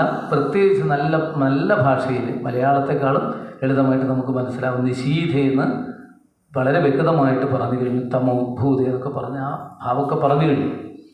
പക്ഷെ നമുക്ക് ഈ ഒരു സമയത്ത് ആ കഥ പറയണം കേൾക്കണം എന്നുള്ളൊരു തോന്നലുള്ളവർ കൃഷ്ണാവതാരത്തിന് വന്നവർക്ക് ഇത് കിട്ടുള്ളൂ. അതാണ് ഇതിൻ്റെ ഒരു ഏറ്റവും പ്രധാനപ്പെട്ട യോഗ്യത. ഇനി ഇവിടെ നമുക്ക് പറഞ്ഞു തരുന്നത് ഈ കഥയുടെ പ്രാരംഭമാണ്. ഇപ്പോൾ ഒരു അധ്യായത്തിൽ ഇപ്പോൾ വായിച്ചത്. ദശമസ്കന്ധം ആരംഭിച്ചു. ദശമസ്കന്ധം മറ്റവതാരങ്ങളുടെ വർണ്ണനകളിൽ നിന്നൊക്കെ വ്യത്യസ്തമാണ്. കൃഷ്ണാവതാരം മാത്രമല്ല, ദശമസ്കന്ധം തന്നെ വ്യത്യസ്തമാണ്. 90 അധ്യായങ്ങൾ കൊണ്ടാണ് വിസ്തരിച്ച് വർണ്ണിക്കുന്നത്. 2 ശ്ലോകത്തിൽ തൃപ്തിയാവാത്ത പരീക്ഷത്തിന് 90 അധ്യായങ്ങൾ കൊണ്ട് കൃഷ്ണചരിത്രം മാത്രം പറയുന്നു. പിന്നീട് ഭഗവാന്റെ ഉപദേശങ്ങളും അടുത്ത സ്കന്ധങ്ങളിലൂടെ പറഞ്ഞു കൊടുക്കുകയാണ്. രാമഹന്മാർ പണ്ടൊരു സമുദ്രത്തിനുള്ളിൽ പെട്ടുപോയി. മഹാഭാരത യുദ്ധ സമുദ്രത്തിൽ കടക്കാൻ പ്രയാസമുള്ളതാണ്. ഭീഷ്മദ്രോണ തടാ ജയദ്രഥ ജല ഗാന്ധാര നീലോപല എന്നൊക്കെ പറയാറുണ്ട്. ശല്യഗ്രാഹവതി, വേലിയേറ്റമുണ്ട്, അടിയൊഴുക്കുണ്ട്, ചുഴികളുണ്ട്, പിന്നെ തിമിംഗലങ്ങളുണ്ട്, മുതലകളുണ്ട്. ഇങ്ങനെയൊക്കെ നിറഞ്ഞിട്ട് കടക്കാൻ പ്രയാസമായിട്ടുള്ള യുദ്ധസമുദ്രത്തിൽ എൻ്റെ പിതാമഹന്മാർ മുത്തശ്ശന്മാർ പെട്ടു. രക്ഷപ്പെടും തോന്നിയില്ല. പക്ഷേ കാലിക്കുളമ്പ് ചാലിൽ വെള്ളം കിടക്കുന്നത് പോലെ കിടന്നു എന്നാണ്. കാലിക്കുളമ്പ് ചാൽ എന്ന് പറഞ്ഞാൽ പശുക്കൾ മണ്ണിലിങ്ങനെ ചവിട്ടിയാൽ അവിടെ താഴ്ന്നിട്ട് ഒരു കുഴി ഉണ്ടാവും, കുളമ്പ് ചാൽ. അതിലിത്തിരി വെള്ളം ഉണ്ടാവും, അത് കിടക്കാൻ വല്ല പ്രയാസമുണ്ടോ? അതുപോലെ അത്രയും എളുപ്പത്തിൽ ആ മഹാഭാരത യുദ്ധത്തിൻ്റെ മറുകരയിലേക്ക് എൻ്റെ പിതാമഹന്മാരെ എത്തിച്ചു. ആരെത്തിച്ചത്? കൈവർത്തക കേശവ. കൈവർത്തകൻ തോണിക്കാരൻ. ഭഗവാൻ തോണി തൊഴിഞ്ഞിട്ട് മറുകരയിലേക്ക് എത്തിച്ചിട്ടുണ്ട്. അപ്പം എൻ്റെ പിതാമഹന്മാരെ ആ യുദ്ധസമുദ്രത്തിൻ്റെ മറുകരയിലേക്ക് എത്തിച്ച ഭഗവാന്റെ കഥ എനിക്ക് കേൾക്കാൻ യോഗ്യതയില്ലേ എന്നാണ് ചോദിച്ചത്. തീർന്നില്ല. പണ്ട് എൻ്റെ അമ്മയുടെ ഗർഭത്തിൽ വയറ്റിൽ ഞാൻ കഴിഞ്ഞു കൂടുന്ന സമയത്ത് അന്ന് എന്നെ നശിപ്പിക്കാൻ വേണ്ടിയിട്ട് ബ്രഹ്മാസ്ത്രം പ്രയോഗിച്ചു. ആരാണ്? അശ്വത്ഥാമ. ദ്രൗണ്യസ്ത്ര വിപ്ലുഷ്ടമിതോ മതംഗം സന്താനബീജം ഗുരു പാണ്ഡവാനം ജുഗോപകുക്ഷിം ഗത ആത്തചക്രോ മാതുശ്ചമേയ ശരണം ഗതായ. അന്ന് അമ്മ വിളിച്ചു, പാഹി പാഹി മഹായോഗിൻ ദേവദേവായ കൽപ്പതേ നന്യന്തഭയം വശേ എത്ര മൃത്യു പരസ്പരം. എനിക്ക് വേറെ ആശ്രയസ്ഥാനമില്ലേ ഭഗവാനെ, രക്ഷിക്കണേ രക്ഷിക്കണേ എന്ന് കണ്ണുനീരൊലിപ്പിച്ചുകൊണ്ട് എൻ്റെ അമ്മ അന്ന് വിളിച്ചപ്പോൾ ഏതൊരു കരുണാമൂർത്തിയായ ഭഗവാനാണോ സുദർശനേന സ്വാസ്ത്രേണ, അവിടുത്തെ കരുണാകടാക്ഷമാകുന്ന അസ്ത്രം കൊണ്ട്, അല്ലെങ്കിൽ ആ കയ്യിലുള്ള ഏറ്റവും ദിവ്യ ആയുധം കൊണ്ട് എന്നെ രക്ഷിച്ചത്, എനിക്ക് ജീവൻ നൽകിയത്. എനിക്കിപ്പോൾ ഇരുന്നിട്ട് ഇങ്ങനെ കേൾക്കാനും പറയാനും പറ്റുന്നത് കൊണ്ടാണ്. അന്ന് ആ ഭഗവാൻ വന്ന് രക്ഷിച്ചത് കൊണ്ടല്ലേ. ആ ശ്രീകൃഷ്ണ ഭഗവാന്റെ ചരിത്രം, എനിക്ക് ജീവൻ നൽകിയ ഭഗവാന്റെ ചരിത്രം കേൾക്കാൻ എനിക്ക് യോഗ്യതയില്ലേ എന്നാണ് ചോദിക്കുന്നത്. ശരിക്കും പറഞ്ഞാൽ പരീക്ഷത്തിനല്ലാതെ വേറെ ആർക്കാ യോഗ്യതയുള്ളത്? ഇത്രയും പറഞ്ഞു. ഇനി എനിക്ക് ചെറിയ സംശയമുണ്ട്, അതും കൂടെ ചോദിക്കാമല്ലോ അല്ലേ? എന്താ സംശയം? ഈ ശ്രീകൃഷ്ണൻ്റെ ഏട്ടനാണ് ബലരാമൻ എന്ന് കേട്ടിട്ടുണ്ട്. സഹോദരൻ എന്നാണ് ഇവിടെ പറയുക അല്ലേ? സഹോദരൻ എന്ന് പറഞ്ഞാൽ ഒരേ ഉദരത്തിൽ ജനിച്ചാണ്. പക്ഷേ അതിനിടയിൽ എന്താ പറയുന്നത് അറിയോ? നാട്ടുകാർ പറയുന്നത് രോഹിണ്യാസ്തനയ പ്രോക്ത, രോഹിണിയുടെ കുട്ടിയാണ് രാമസംഘർഷണ ത്വയാ, ഇങ്ങനെ പറയുന്നുണ്ട് അത്രേ. രോഹിണിയുടെ ഉണ്ണിയാണ് ആര്? രാമൻ. അതാണ് ബലരാമൻ. അങ്ങനെയാണ് കേട്ടിട്ടുണ്ടോ? ആ രോഹിണിയുടെ കുട്ടിയാണ് കേട്ടോ. അപ്പോൾ കൃഷ്ണൻ്റെ ഏട്ടനുമാണ്. കൃഷ്ണനാണെങ്കിൽ ദേവകിയുടെ പുത്രനുമാണ്. ദേവകി നന്ദനായ. അപ്പോൾ ഇതെങ്ങനെ ശരിയാവും? നല്ല സംശയമാണ് സ്വാഭാവികമായിട്ടും ചിന്തിക്കുന്നവർക്ക് അല്ലേ. നല്ല സംശയം എന്ന് പറഞ്ഞാൽ രോഹിണിയുടെ പുത്രനായിട്ടാണെന്ന് പറയുന്നു. ദേവകീടിൽ ജനിച്ചാൽ മാത്രമേ സഹോദരൻ എന്ന് പറയാനും പറ്റുള്ളൂ. ഒരേ ഉദരത്തിൽ തന്നെ ജനിക്കും വേണം. ഇങ്ങനെ ഒരു സംശയം. എങ്ങനെയാണ് ഈ ദേവകിയുമായിട്ട് ബന്ധം വന്നത്? ആ ബന്ധമില്ലെങ്കിൽ ഇങ്ങനെ സഹോദരൻ 8ാമത്തത് കൃഷ്ണനാണ്, 7ാമത്തത് ബലരാമനാണെന്ന് പറയില്ലല്ലോ എന്നാണ് ചോദിച്ചത്. എങ്ങനെ ഈ ദേഹാന്തരം വന്നത്, ഇങ്ങനെ മാറ്റപ്പെട്ടത്? എന്തുകൊണ്ടാണ് മുകുന്ദൻ പിതൃഗേഹാത് വ്രജങ്കത, ഈ പിതൃഗേഹം ജനിച്ചിട്ട് മണിക്കൂറുകൾക്കുള്ളിൽ തന്നെ സ്വന്തം ജനിച്ച സ്ഥലം അച്ഛൻ്റെ ഭവനം വിട്ട് ഓടിപ്പോകേണ്ടി വന്നു, അല്ലെങ്കിൽ വിട്ടുപോകേണ്ടി വന്നത് എന്തുകൊണ്ടാണ്? സ്വാഭാവികമായിട്ടുള്ള സംശയമാണ്. ഇതിനാ ഞങ്ങളോട് പറയുന്നത് നിങ്ങൾ കേൾക്കും, ഞങ്ങളിത് 20ാമത്തെ സപ്താഹമില്ലേ എന്നാണ് വിചാരം അല്ലേ? അത് ശരിയാണ്, നമുക്കിത് മനസ്സിലായത് ഈ സപ്താഹത്തിലൂടെയാണ് അല്ലേ? പക്ഷേ പരീക്ഷത്തെ സപ്താഹം കേട്ടിട്ടില്ലല്ലോ, ആദ്യമായിട്ടല്ലേ കേൾക്കുന്നത്. അത് മനസ്സിലാക്കിയാൽ മതി. നമ്മൾക്കിതൊക്കെ കുറേ പരിചയമായി, കുറേ ഇതിങ്ങനെ കേട്ട് പരിചയമായി. കുറേ വർഷങ്ങൾക്ക് മുമ്പോ ഇങ്ങനെ കേൾക്കാനുള്ള അവസരം ഉണ്ടായിട്ടുണ്ടോ? ഇല്ല. അതുകൂടി മനസ്സിലാക്കണം. നമ്മളെല്ലാം കാര്യങ്ങൾ കുറേ വർഷങ്ങൾക്ക് മുമ്പ് നമ്മുടെ നാട്ടിൽ ഞാൻ കണ്ണൂർ ജില്ലക്കാരനാണ്, പയ്യന്നൂരുകാരനാണ്. അവിടുന്ന് ഒരു സപ്താഹം കേൾക്കണമെങ്കിൽ എന്ത് വേണമെന്നറിയോ? ഒരു 2-3 മാസമായിട്ട് ചില എവിടെയെങ്കിലും സഹായത്തിനൊക്കെ പോയി 2 രൂപയോ 1.5 രൂപയോ ഒക്കെ കിട്ടി ഒരു 10-16 രൂപ ഉണ്ടാക്കിയിട്ട് എപ്പോഴെന്നറിയോ? കശുവണ്ടിയൊക്കെ കുറച്ച് പെറുക്കിയെടുത്ത് ഒരു അത്ര ഉണ്ടാക്കിയിട്ട് ഗുരുവായൂരിലേക്ക് പോകണം. വൈശാഖ മാസത്തിൽ 4 സപ്താഹം അവിടെ ഉണ്ടാവുക. കൂട്ടുപുരയിലുണ്ടായ കാലത്താണ് ഞാൻ പോയത്. കൂത്തമ്പലത്തിലുണ്ടാകുമ്പോൾ അങ്ങനെ എനിക്ക് ഓർമ്മയില്ല. കൂട്ടുപുരയിൽ ആ വടക്ക് ഭാഗത്ത് ധാരാളം ആൾക്കാരിക്കുക. അന്ന് അവിടെ കേൾക്കണമെങ്കിൽ അവിടെ പോകണം. അങ്ങനെയുള്ള സപ്താഹമാണ് ഇവിടത്തേക്ക് വരുന്നത്. ഇപ്പം കെമ്പാപുരം അയ്യപ്പ ക്ഷേത്രത്തിലേക്ക് വന്നത് ഓർമ്മയുണ്ടല്ലോ. ഇവിടെ എത്തിയില്ലേ? നോക്കൂ, നമ്മളെവിടെയൊക്കെ പോയോ അവിടത്തേക്ക് ഭാഗവതം വരികയാണ്. മുംബൈയിൽ പോകുമ്പോഴേക്ക് അവിടേക്ക് വരികയാണ്. ഡൽഹിയിലേക്ക് പോകുമ്പോഴേക്ക്, കാനഡയിൽ പോകുമ്പോഴേക്ക് അവിടത്തേക്ക് വരികയാണെന്ന് പറഞ്ഞാൽ ഗേഹേ ഗേഹേ ജനേ ജനേ എന്ന് മഹാത്മ്യത്തിൽ പറഞ്ഞതാണ് ഇപ്പോൾ പ്രാവർത്തികമാക്കിക്കൊണ്ടിരിക്കുന്നത്. അത് കഴിഞ്ഞിട്ട് അങ്ങനെയൊക്കെ കുറച്ചുണ്ടായെങ്കിലും അതും കഴിഞ്ഞ് കൊറോണയും കൂടെ വന്നപ്പോൾ വലിയ അല്ലേ, നമസ്കാരം കൊറോണക്കെന്ന് പറഞ്ഞില്ല എല്ലാവരും. അതുകൊണ്ടെന്നറിയാം, അതും കൂടി വന്നപ്പോഴേക്ക് കൃത്യമായിട്ട് വാട്സപ്പിലേക്ക് വന്നു. അല്ലേ? ജനേ ജനേ എന്നാണ്. അപ്പോൾ അത്രമാത്രം ഭഗവത് കഥകൾ കലിയുഗത്തിൽ ഗർജിക്കുന്ന തരത്തിലേക്ക് എത്തിയിരിക്കുന്നു എന്ന് പറഞ്ഞാൽ നമ്മുടെ സമീപത്തേക്ക് വന്നിരിക്കുന്നു. അതുകൊണ്ട് നമുക്ക് ചിലപ്പോൾ അതിൻ്റെ ഗൗരവം ഉണ്ടാവില്ല എന്നാണ് പറഞ്ഞത്, വേറൊന്നുമില്ല. നമുക്കിത് മനസ്സിലാവുന്നത് അതുകൊണ്ടാണ്. ഈ കഥകളൊക്കെ മനസ്സിലാവുന്നത് കേട്ടിട്ടും വായിക്കാനുള്ള അവസരം കിട്ടിയിട്ടും അല്ലേ? ഒരുപാട് സംവിധാനങ്ങൾ. ഇതൊന്നും ഇല്ലാത്തൊരു കാലം ഒന്ന് ചിന്തിച്ച് നോക്കൂ. ഒരു പുസ്തകം മറന്നുപോയി ട്രെയിനിൽ പോകുമ്പോൾ എടുക്കാൻ 1 മാസം കഴിഞ്ഞിട്ടേ വരുള്ളൂ എന്ന് പറഞ്ഞാൽ അവർക്ക് ഭാഗവതം വായിക്കാൻ പറ്റില്ല, ബൈഹാർട്ടാക്കിയിട്ടുള്ളതേ ഉണ്ടാവുള്ളൂ ആ ശ്ലോകം. അതുകൊണ്ടെന്നറിയോ മറ്റൊരു പുസ്തകം കിട്ടാനില്ല. ഇതിപ്പോൾ ഒന്നുമില്ല. നമ്മളിപ്പോൾ കുറച്ച് കഴിഞ്ഞിട്ട് കൃഷ്ണാവതാരം കഴിയുമ്പോൾ 6:30 ആകുമ്പോഴേക്ക് താഴെ വന്ന് വിളിക്കും, ആ പുസ്തകം കൊണ്ടുവന്നിട്ടുണ്ട് കേട്ടോ, നമ്മൾ അഡ്രസ്സ് കൊടുത്താൽ മതി. ശരിയല്ലേ? കാലം മാറിയത് കൊണ്ട് ഒരുപാട് സൗകര്യങ്ങളുണ്ടായി. അതിപ്പോൾ നമ്മൾക്കത് കിട്ടി. ഇതിവിടെ ഒന്നും അതില്ലാത്തത് കൊണ്ടാണ് അറിയാത്തത്. ഇത് തന്നെയാണ് ഈ ചോദ്യത്തിൻ്റെയും അടിസ്ഥാനം എന്ന് മനസ്സിലാക്കുക. നമ്മൾ 5200 വർഷം അല്ല 127 വർഷം കഴിഞ്ഞു ഭഗവാൻ പോയിട്ട് ഭാഗവതത്തിലേക്ക് ചൈതന്യം ലയിപ്പിച്ചിട്ട്. അതിനു മുമ്പ് നമുക്കിതെങ്ങനെയാണ് മനസ്സിലാവുക എന്നാണ് ചോദിക്കുന്നത്. അതിന് മുമ്പുള്ള കഥയാണല്ലോ നമ്മൾ പറഞ്ഞുകൊണ്ടിരിക്കുന്നത്, ഭഗവാന്റെ ലീലകൾ. ആ അവതാര ലീലയിലേക്കാണ് നമ്മൾ എത്തുന്നത്. ഇത്രയും ചോദിച്ചപ്പോൾ ഇതിനൊക്കെ മറുപടി പറയണമെന്ന് തീരുമാനിച്ചു. പിന്നെ വിശപ്പും ദാഹമൊക്കെ ഉണ്ട് കേട്ടോ, പക്ഷെ അതൊന്നും ഞാൻ അറിയുന്നില്ല എന്ന് പറഞ്ഞാൽ ഈ 4 ദിവസമായിട്ടും ജലപാനമില്ല. അന്ന് വെള്ളം ഇത്തിരി വേണമെന്ന് പറഞ്ഞിട്ട് മഹർഷിയുടെ അടുത്ത് പോയി ചത്തപാമ്പിനെ ഇട്ട് വന്നതിന് ശേഷം പിന്നീട് വെള്ളം കുടിച്ചിട്ടില്ല, പിന്നീട് ദാഹം ഉണ്ടായിട്ടില്ല, വിശപ്പും ദാഹവും അറിഞ്ഞില്ല. എന്തുകൊണ്ട്? മനസ്സങ്ങിട്ട് മാറിയപ്പോൾ ദാഹവും വിശപ്പൊന്നും അറിയുന്നില്ല. ഇപ്പോഴെന്തായി? ഒട്ടുമില്ല. പിബന്ധം ത്വന്മുഖാംഭോജച്യുതം ഹരികഥാമൃതം. ത്വന്മുഖാംഭോജച്യുതം എന്ന് പറഞ്ഞാൽ ഭഗവാന്റെ ശുഖബ്രഹ്മഋഷിയുടെ അങ്ങയുടെ തിരുമുഖ കമലത്തിൽ കൂടി ഒഴുകിക്കൊണ്ടിരിക്കുന്ന ഹരികഥാമൃതം മാത്രം ആസ്വദിച്ചുകൊണ്ട് പാനം ചെയ്തുകൊണ്ട് കഴിഞ്ഞുകൂടാ. ജീവന് അമൃതമാണെങ്കിൽ പിന്നെ വേറെന്തെങ്കിലും വേണ്ടി വരും. അമൃതം ജീവൻ്റെ ഉള്ളിലേക്ക് കിട്ടുന്നുണ്ടെങ്കിൽ നമുക്ക് സാധാരണ ഭക്ഷണത്തിൽ നിന്ന് കിട്ടുന്ന ആ ഇത് വേണ്ടി വരും, രസമൊന്നും വേണ്ടല്ലോ. അതാണ് ഇവിടെയും പറഞ്ഞത്.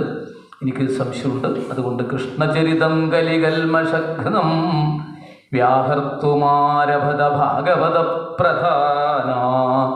ഇവിടെ കഥ പറയാൻ ആരംഭിക്കുകയാണ്. അങ്ങയുടെ ബുദ്ധി നേർവഴിക്ക് തന്നെയാണ് ചലിക്കുന്നത്.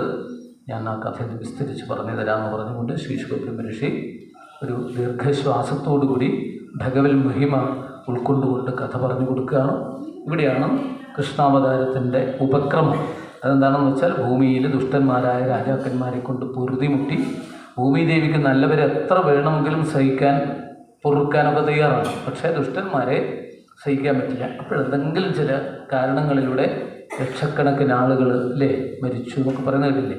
ദുഷ്ടകർമ്മങ്ങൾ കൂടുമ്പോൾ കുറേ അങ്ങ് കുറക്കുക, ഭാരം കുറക്കുക, അത്രേ വേണ്ടിയില്ല. അതിൽ വേണ്ടുന്നതും ഉണ്ടാവും വേണ്ടാത്തതും ഉണ്ടാവും എന്നാണ് പറയുന്നത്.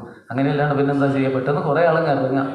മുങ്ങിപ്പോകും തോന്നുമ്പോൾ കപ്പലിൽ മുങ്ങിപ്പോകും തോന്നുമ്പോൾ പറയാൻ വെള്ളം കയറിയിട്ട് മുങ്ങിപ്പോകും. കുറേ ആളുകൾ ഇറങ്ങിക്കോളും എന്ന് പറയില്ലേ? അപ്പോൾ അതിൽ എല്ലാവരും പോവും. ഇതാണ് ഈ ദൈവിക ദുഃഖം എന്നൊക്കെ പറയുന്നത്. ഇങ്ങനെ ഉണ്ടാവും. ഭൂമിദേവി വിഷമിച്ചു. എന്നിട്ട് മറ്റ് ദേവന്മാർക്കൊക്കെ മനസ്സിലാക്കാൻ ഭൂമിയുടെ രൂപം അത്രയും പെട്ടെന്ന് പിടികിട്ടാത്തത് കൊണ്ടാണ് അശ്രുമുഖിയായിട്ട് ഭൂമി എന്ത് ചെയ്തു? ഗൗർഭൂത്വ അശ്രുമുഖീ ഖിന്ന. പശു സ്വരൂപൻ. ഗോ എന്ന് പറഞ്ഞു കഴിഞ്ഞാൽ ഇവിടെ പശു എന്നുള്ള അർത്ഥമാണ്, വേദം എന്നുള്ള അർത്ഥമുണ്ട്, ധർമ്മം എന്നുള്ള അർത്ഥമൊക്കെ ഉണ്ട്. അപ്പോൾ ആ ഒരു സ്വരൂപം ധരിച്ചിട്ട് കീഴ്പോട്ട് തന്നെ നോക്കിക്കൊണ്ട് കണ്ണുനീര് ഒലിപ്പിച്ചുകൊണ്ട് ദുഃഖിതയായിട്ടുള്ള പശുവിനെയായിട്ടാണ് ഗോവിനെ നമ്മുടെ ഭൂമിദേവിയെ കണ്ടത്. ധർമ്മത്തിൻ്റെ പ്രതീകം എന്നാണ് അർത്ഥം. ദേവന്മാരൊക്കെ കൂടിയിട്ട് ഈ രംഗമൊക്കെ മനസ്സിലാക്കി ദേവന്മാരുടെ സമീപത്തേക്ക് ആ ഒരു രൂപത്തിൽ ഭൂമിദേവി പോയി എന്നാണ്. വേഷം മാറാതെ കഴിയില്ല.